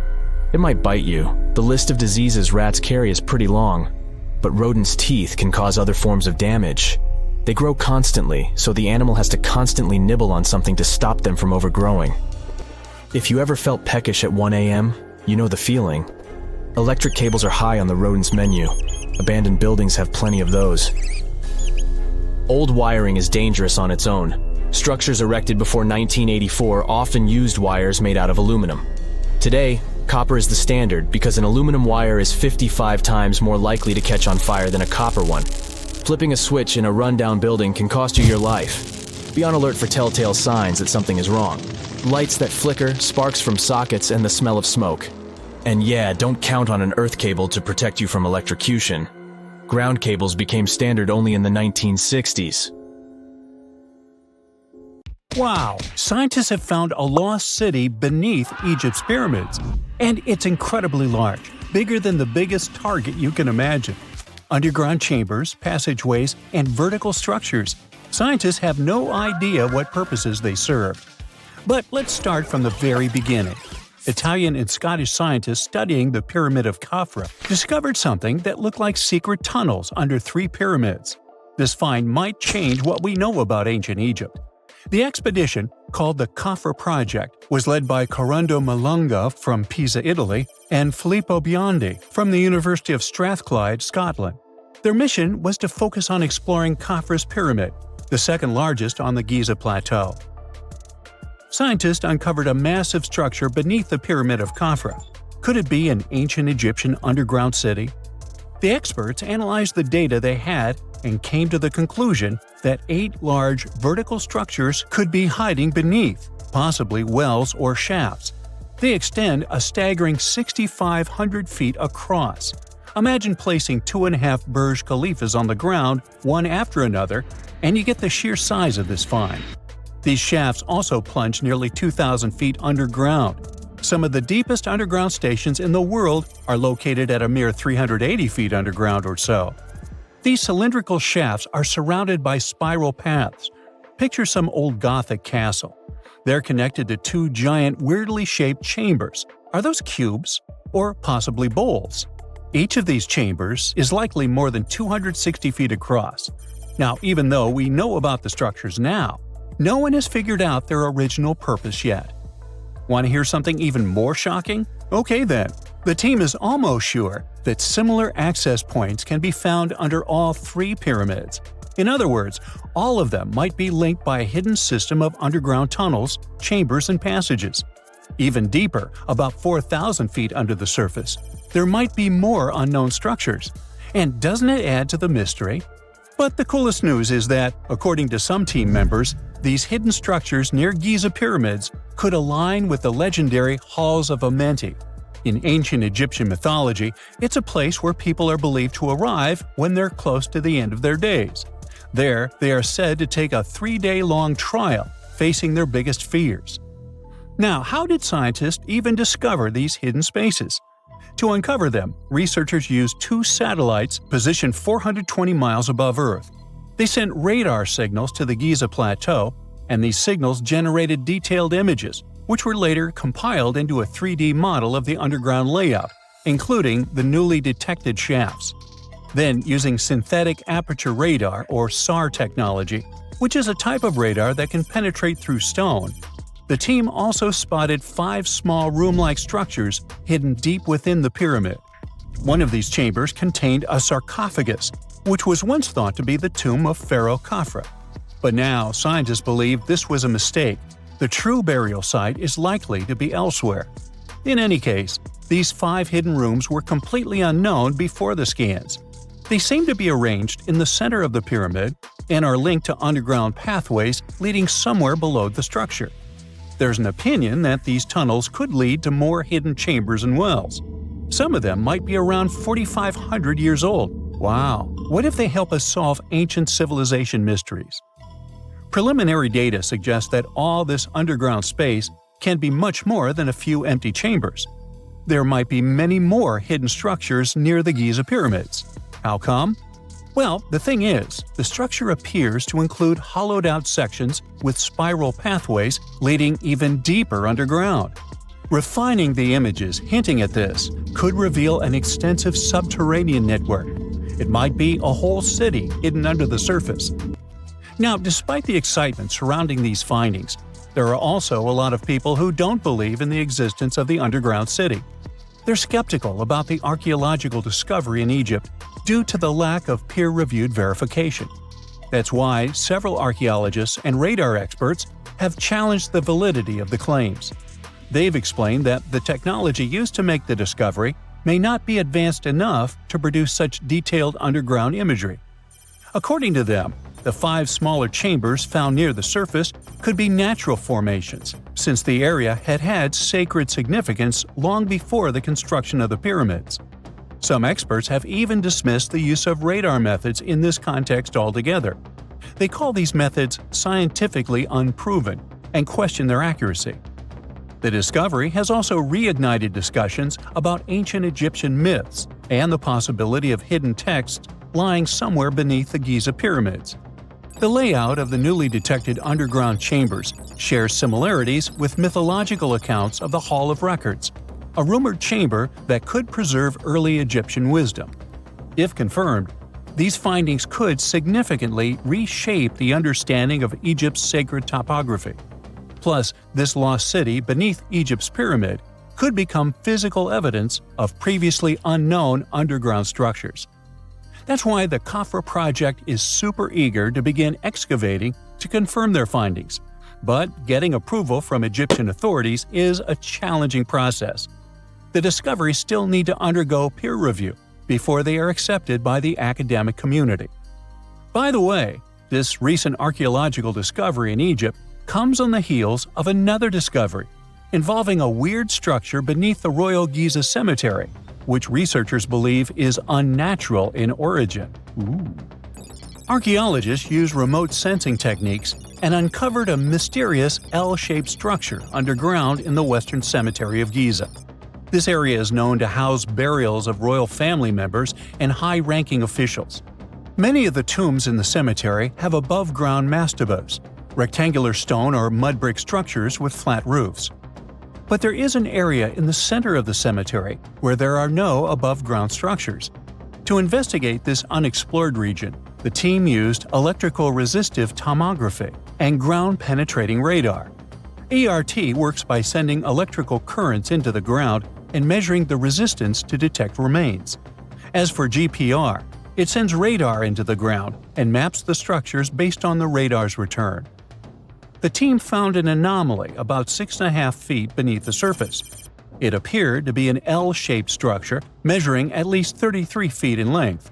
The readings suggested that the structure had been backfilled with sand after its construction. This made the team hypothesize that it could be a mix of sand and gravel, or possibly an air void. This anomaly was classified as a highly resistive structure, which meant it didn't occur naturally. Motoyuki Sato, the study's lead author and professor at Tohoku University in Japan, claims that the structure is not a natural formation due to its sharp shape. Another weird thing about ancient Egyptian pyramids is that historians have long believed that they were built primarily for royals and high-status individuals who had the wealth and power to create such massive structures. However, new research from the archaeological site of Tombos in modern-day Sudan challenges this assumption. The thing is, Tombos' pyramid may have served as burial sites for low-status workers as well as elites. The hard-working members of ancient communities may have found their last resting place in some of the most visible monuments, including the pyramids. Located along the Nile River in the ancient region of Nubia, Tombos became part of Egypt after its conquest of the area around 1400 BCE. That's when Egypt established the site to strengthen its colonial control. Workers at Tombos built pyramids, but those were much more modest than the famous pyramids of Giza. The research team reanalyzed 110 human skeletons from Tombos, originally studied in 2012. In particular, they examined the entheses, the areas where tendons and ligaments attach to bones. Such an analysis can give us insights into the amount of physical labor a person performed. When someone does hard labor, their bones often develop distinct crests and ridges at these attachment points due to the stress on the tendons and ligaments. And while some skeletons showed little change in their entheses, suggesting they belonged to individuals from the upper classes, others showed more serious changes. It means they belong to lower-class workers. This finding can totally challenge our earlier understanding of pyramid burials, especially the idea that only elites were buried in the pyramids, because the pyramids themselves were designed for the elite. This recent research may prove that lower-class workers may have found their final resting place in these monumental structures too.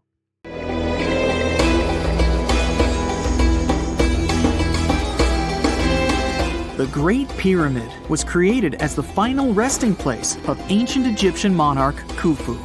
According to legend, French leader Napoleon entered the Great Pyramid and came back out looking shaken and super pale. He never revealed what he saw inside, but whatever it was is said to have affected him for the rest of his life.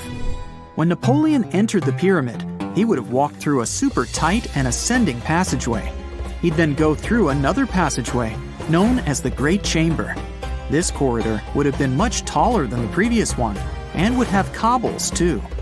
He'd then reach the King's Chamber, the centerpiece of the Great Pyramid, which was lined with huge blocks of granite. But it wouldn't have looked as grand as we might imagine. There are no hieroglyphics decorating its walls, as Egyptians only began decorating the burial chambers of pyramids much later on. The pharaoh's tombs deep inside the pyramid would have also been filled with treasures, from chunks of gold to the world's most expensive jewelry. But this would have all been looted a long time ago. The only thing that probably would have been left in there would have been a huge sarcophagus, which would have once contained the king's mummy. He'd also have to walk past the queen's chamber. This room most likely didn't hold any queens though, as pyramids were usually only built for one person. There are mysterious tunnels leading from here. To this day, no one is really sure what they're there for.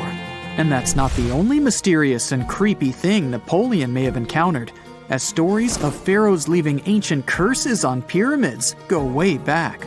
Many pyramids had warnings written on the outside, telling of horrifying things that would happen to those who entered and disturbed the peace.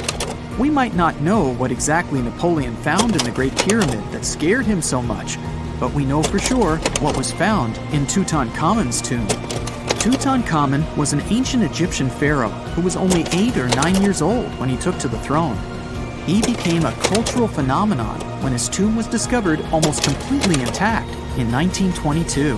His pyramid sits in the Valley of Kings in Thebes, modern Luxor, which is in Egypt.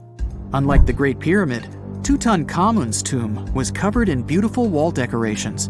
The walls told the story of how he would travel to the afterlife through the underworld. Egyptians believed all people would have to take this journey, so they would fill their tombs with objects and paintings to help them get there. There'd also be spells painted on the walls. They believed this would help people pass over to the next realm. The journey would be pretty long, and for that reason, the ancient Egyptians would also fill the pyramids with food. Tutankhamun's pyramid was filled with 8 fruit baskets. They even found something called gingerbread fruit in there. The rooms were jam-packed with furniture, statues, clothes, and staffs, amongst a whole bunch of other things.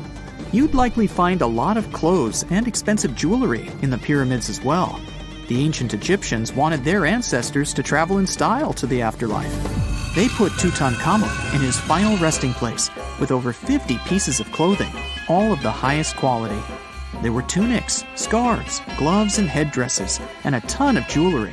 Bracelets, pendants, necklaces, rings, and scarabs for protection were all found inside.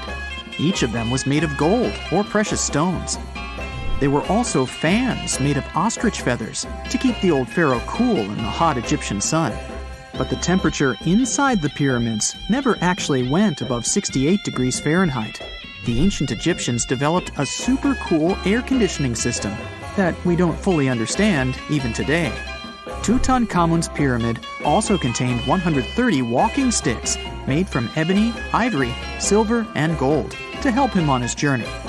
There were 3 chariots hidden away in case he got tired of all the walking. They also put 11 boat paddles inside, but there was no sign of any boat. The pyramids would be littered with the pharaoh's favorite scents and perfumes. During the excavation of Tutankhamun's pyramid, it quickly became clear that it had been robbed during ancient times. There was damage to doors and traces of oils left in empty jars. It looks like someone raided the pyramid for gold and the scents, perfumes, and oils that had been left for King Tut. There was still a bit of perfume, which was made from coconut oil and frankincense, left in one bottle. It seems like Pharaoh Tutankhamun loved board games. There was an ivory traveling set of Chanet in his pyramid. Although we don't know for sure exactly how to play it, we have figured out it was sort of an ancient Egyptian version of backgammon. It looks like it was a 2-player game where the goal was to knock your opponent off the board. Not really sure who Tutankhamun's mummy was supposed to play with, though. The ancient Egyptians had some rituals that may seem pretty strange to us. For example, they used to shave their eyebrows off if they ever lost a cat.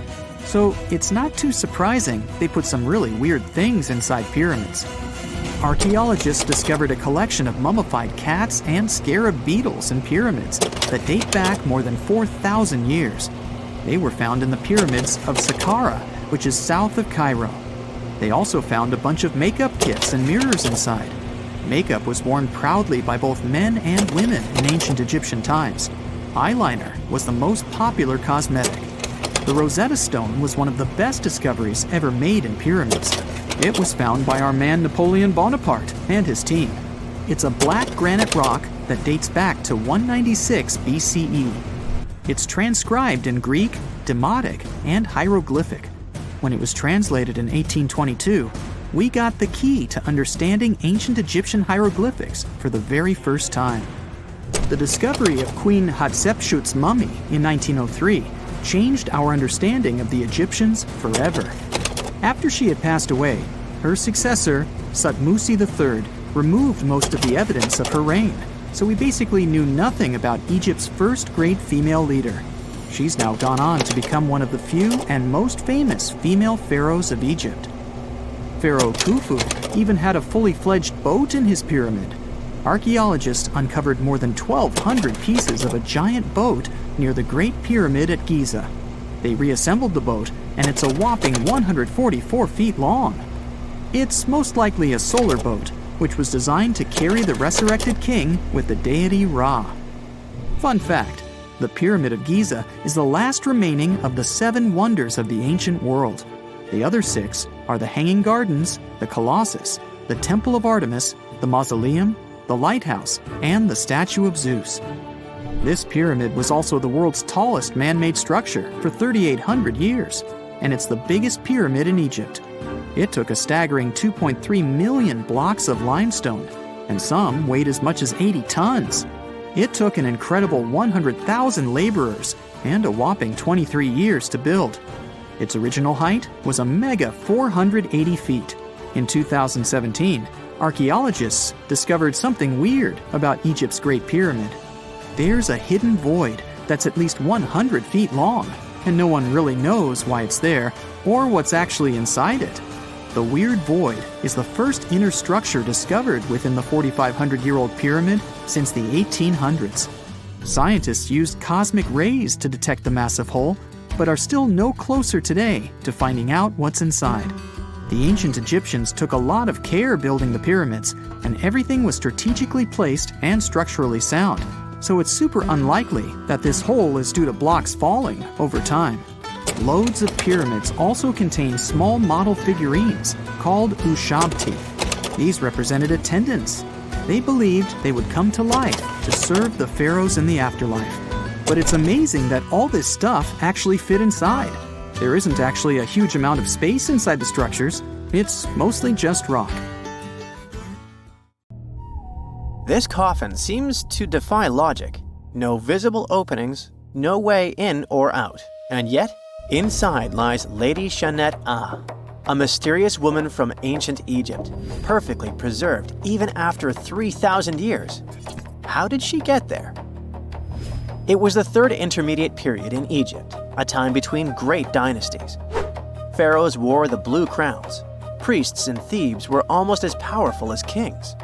Markets were filled with the cries of merchants selling dates, papyrus, and precious perfumes. Lady Chanet was in her late 30s or early 40s, old age by Egyptian standards of that time. Like other Egyptians at the time, she ate meals of bread, lentils, and fish.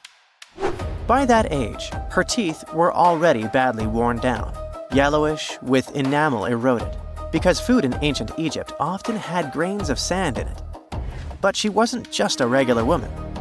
When she passed away for unknown reasons, her burial was lavish. Locals wrapped her body in expensive linen and adorned with artificial eyes to replace her real ones. That would help her see in the afterlife. And that's exactly how we found her 3,000 years later, in a beautifully decorated sarcophagus. It was made of cartonnage, which is kind of like papier-mâché, made by layering linen and papyrus with adhesive. These coffins were wildly strong, lasting for thousands of years, all thanks to Egypt's super dry climate. But most importantly, Egyptians only used it for the elite. So she was someone very important to the locals, though we might never know why. But there was only one huge problem with her mummy. How did they even put her in the coffin? No matter how much researchers looked, there were simply no entry points. The only visible gap was a tiny slit near her feet. But that's not nearly large enough to place her entire body inside. This mystery puzzled them for decades, until they finally learned the truth only recently. They study those mummies at the Field Museum in Chicago using new technology, CT scans. It's basically like taking thousands of X-rays and piecing them together to create detailed 3D images. That's how we can learn more about the bodies without disturbing them. And it turns out the ancient Egyptians were unbelievably clever. They didn't construct the cartonnage around Chanet-A's body, which would be a common and easy thing to do. Instead, Embalmers created the coffin first. Then, they softened this coffin with moisture to make it flexible. After that, they carefully molded it around her wrapped body. They did cut a slit along the back of the coffin to do that, but then they laced it up like a corset, so it seemed like there were no openings. Finally, they secured a wooden panel at her feet to keep everything in place. That's where the tiny slit came from. Usually, the insides were removed and put in jars, symbolically guarded by the 4 sons of Horus. Egyptians believed that the deceased would need all that stuff once they got into the afterlife. They also thought it would help preserve the body for ages, which, as we can see, worked amazingly well. Thanks to their beliefs, we now have mummies as time capsules. Each son of Horus was supposed to protect each of the specific body parts. The human-headed Imseti for the liver, the baboon-headed Hapi for the lungs, the jackal-headed Dalmatef for the stomach, and the falcon-headed Kebis Senuv for the intestines. It's crazy how much effort the embalmers put into their job, especially in Lady Chanet. They wanted to make sure her body remains untouched and the sarcophagus would be perfect for her. You can't help but wonder, who was she if she mattered so much? The ancient Egyptians literally viewed the afterlife as modern retirement planning. You're not just passing away, you gotta prepare yourself for it. Prepare the body, eyes to see, and so on. And the richer or more important you were, the better your afterlife would be. But Chanet wasn't the only fascinating mummy they studied. They also decided to scan Harwa, an Egyptian man who lived around the same time. Judging by the mummy, he also had a high social status. His mummy revealed no signs of hard labor, and his teeth were well kept, which means he enjoyed some high-quality food without tons of sand in it. Some fellas got lucky both in life and after it. But there were many mysterious mummies throughout history. One of them is Hatshepsut, also known as Lady Di. The story of her began in 1968. Some workers near Changsha, China, were digging an air raid shelter for a hospital. But suddenly, they accidentally uncovered an ancient burial site. They came down there and stumbled upon something incredible. 3 tombs belonging to a noblewoman, her husband, and a young man believed to be their son. She was a noblewoman from ancient China, and she had a fascinating backstory. She lived over 2,000 years ago during the Western Han Dynasty. She was married to Li Kang, a guy who served as chancellor to the Changsha Kingdom, a high-ranking official. At first, it looks like Lady Di lived a life of luxury and privilege. She had private musicians to play at her parties, and for her personal enjoyment. She probably played the guqin, an instrument that back in the day people associated with intellect and elegance. And she certainly ate like an empress. Fine meats, delicacies, and all things like that. Even her wardrobe was full of some exquisite silk, not even mentioning the tons of cosmetics. But all this wealth came at a cost. The more she aged, the worse her health became. She got a full pack: a heart condition, diabetes, high pressure, and liver issues. It also looks like her back was driving her crazy, probably making it hard for her to even move. Finally, as a cherry on top, she developed gallstones. All this packed together eventually led to a heart attack that took her life around the age of 50. There was one haunting detail. Scientists found over 130 melon seeds in her stomach and intestines. Most likely, she ate watermelon just hours before she passed away, which means it was probably during summer when the fruit was ripe. She enjoyed a sweet, simple treat before her life was cut short. The excavation began in 1972, and this wasn't easy at all. Over 1,500 local students had to help. And Lady Di was the most mysterious one. She was buried in 4 rectangular pine boxes, one inside the other like a Matryoshka doll, all wrapped in 20 layers of silk, and all that sealed with lots of charcoal and white clay. The coffins were painted beautifully as well, adorned with protective deities, mythical animals, and clouds which symbolized the heavens. There were drawings of divine creatures and Mount Kunlun. The myth said that on this mountain, people reach eternal happiness. All this told us a lot about the Han Dynasty, their beliefs about afterlife, art, daily lives, and their remarkable craftsmanship. And then researchers finally got to the body. It was astonishing. Soft skin, joints that could still bend, and in general, she was almost intact. She even kept her hair, eyelashes, fingerprints, and even traces of blood. It's like she literally passed away only a few weeks ago. Ancient people used a very clever technique to preserve her. It looks like embalmers put her into some weird, mysterious acidic liquid. This liquid prevented bacteria from growing.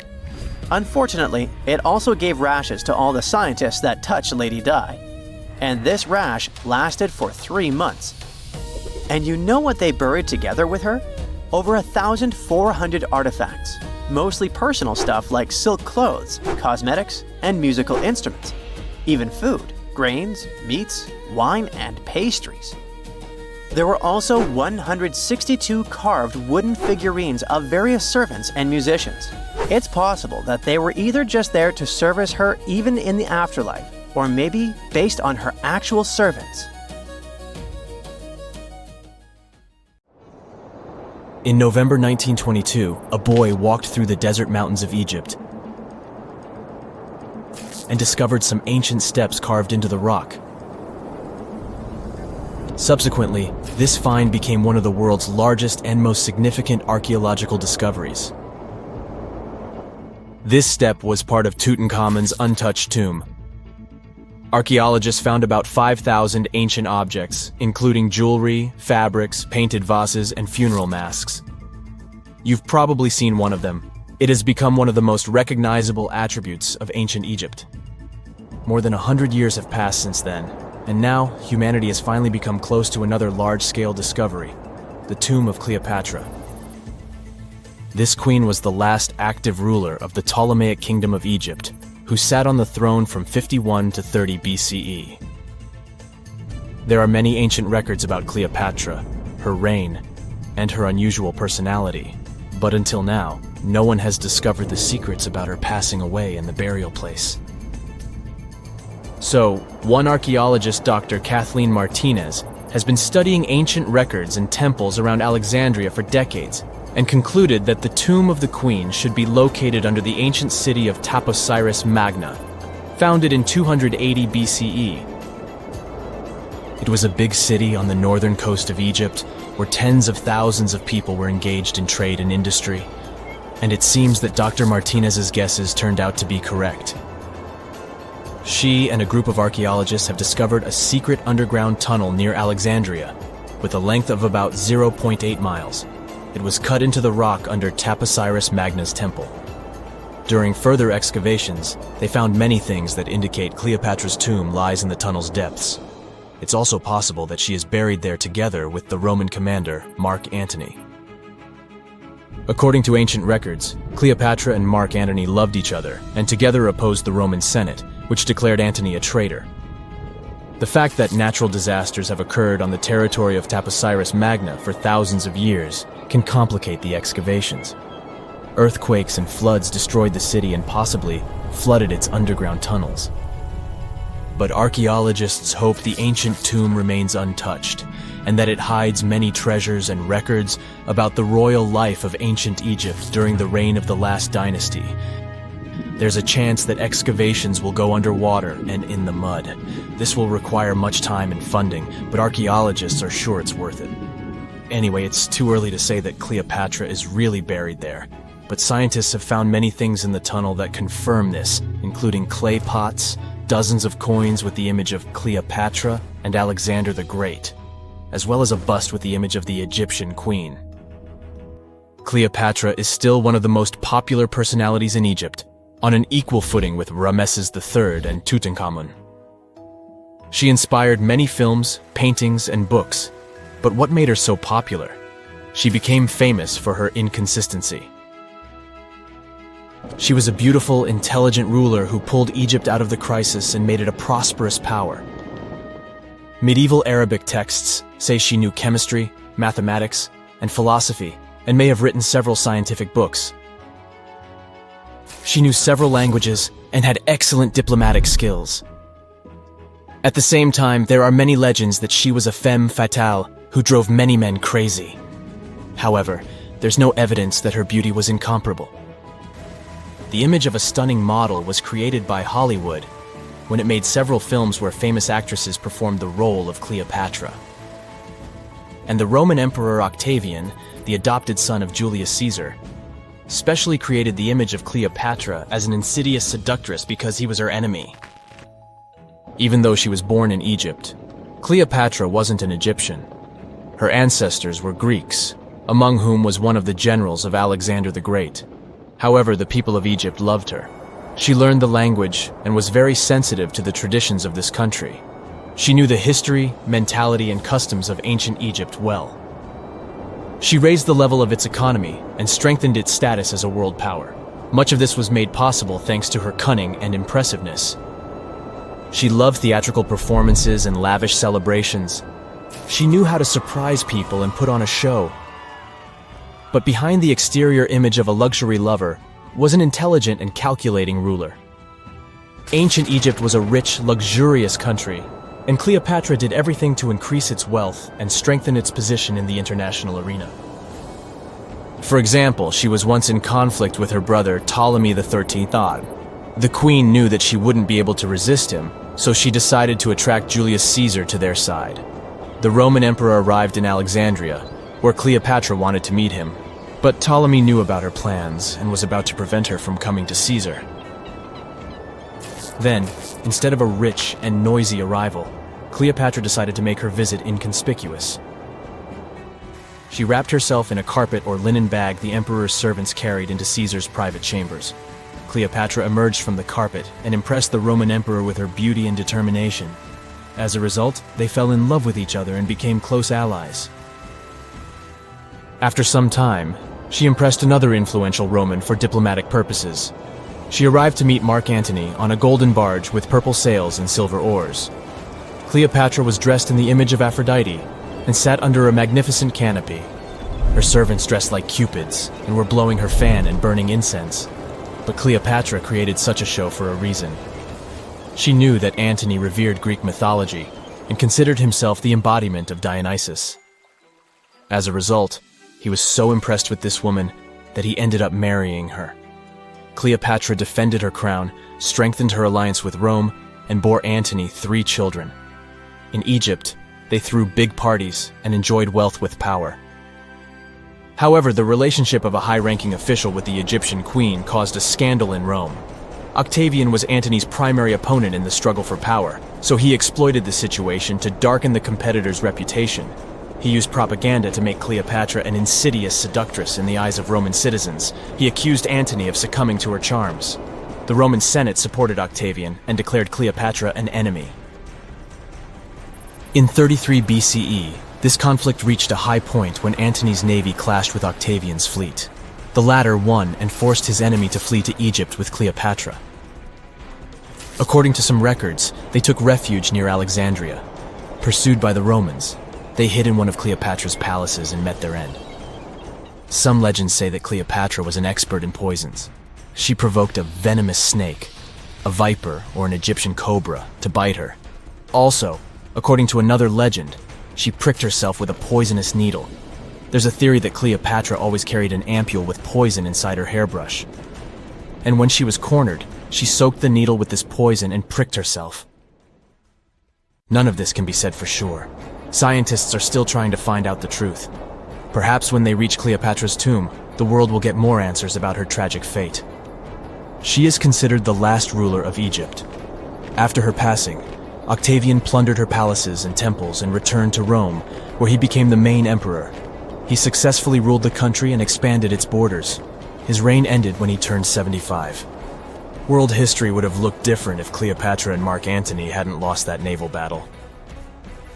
By the way, did you know that more time has passed between Cleopatra's reign and Neil Armstrong's flight to the moon than between the reign of the Egyptian queen and the construction of the Great Pyramid of Giza? Armstrong took a step on the Earth satellite in 1969, 38 years after the birth of Cleopatra. and the construction of the pyramid took place in 2560 BCE. Imagine how long the history of ancient Egypt is. Cleopatra is closer to us in time than to the pyramids,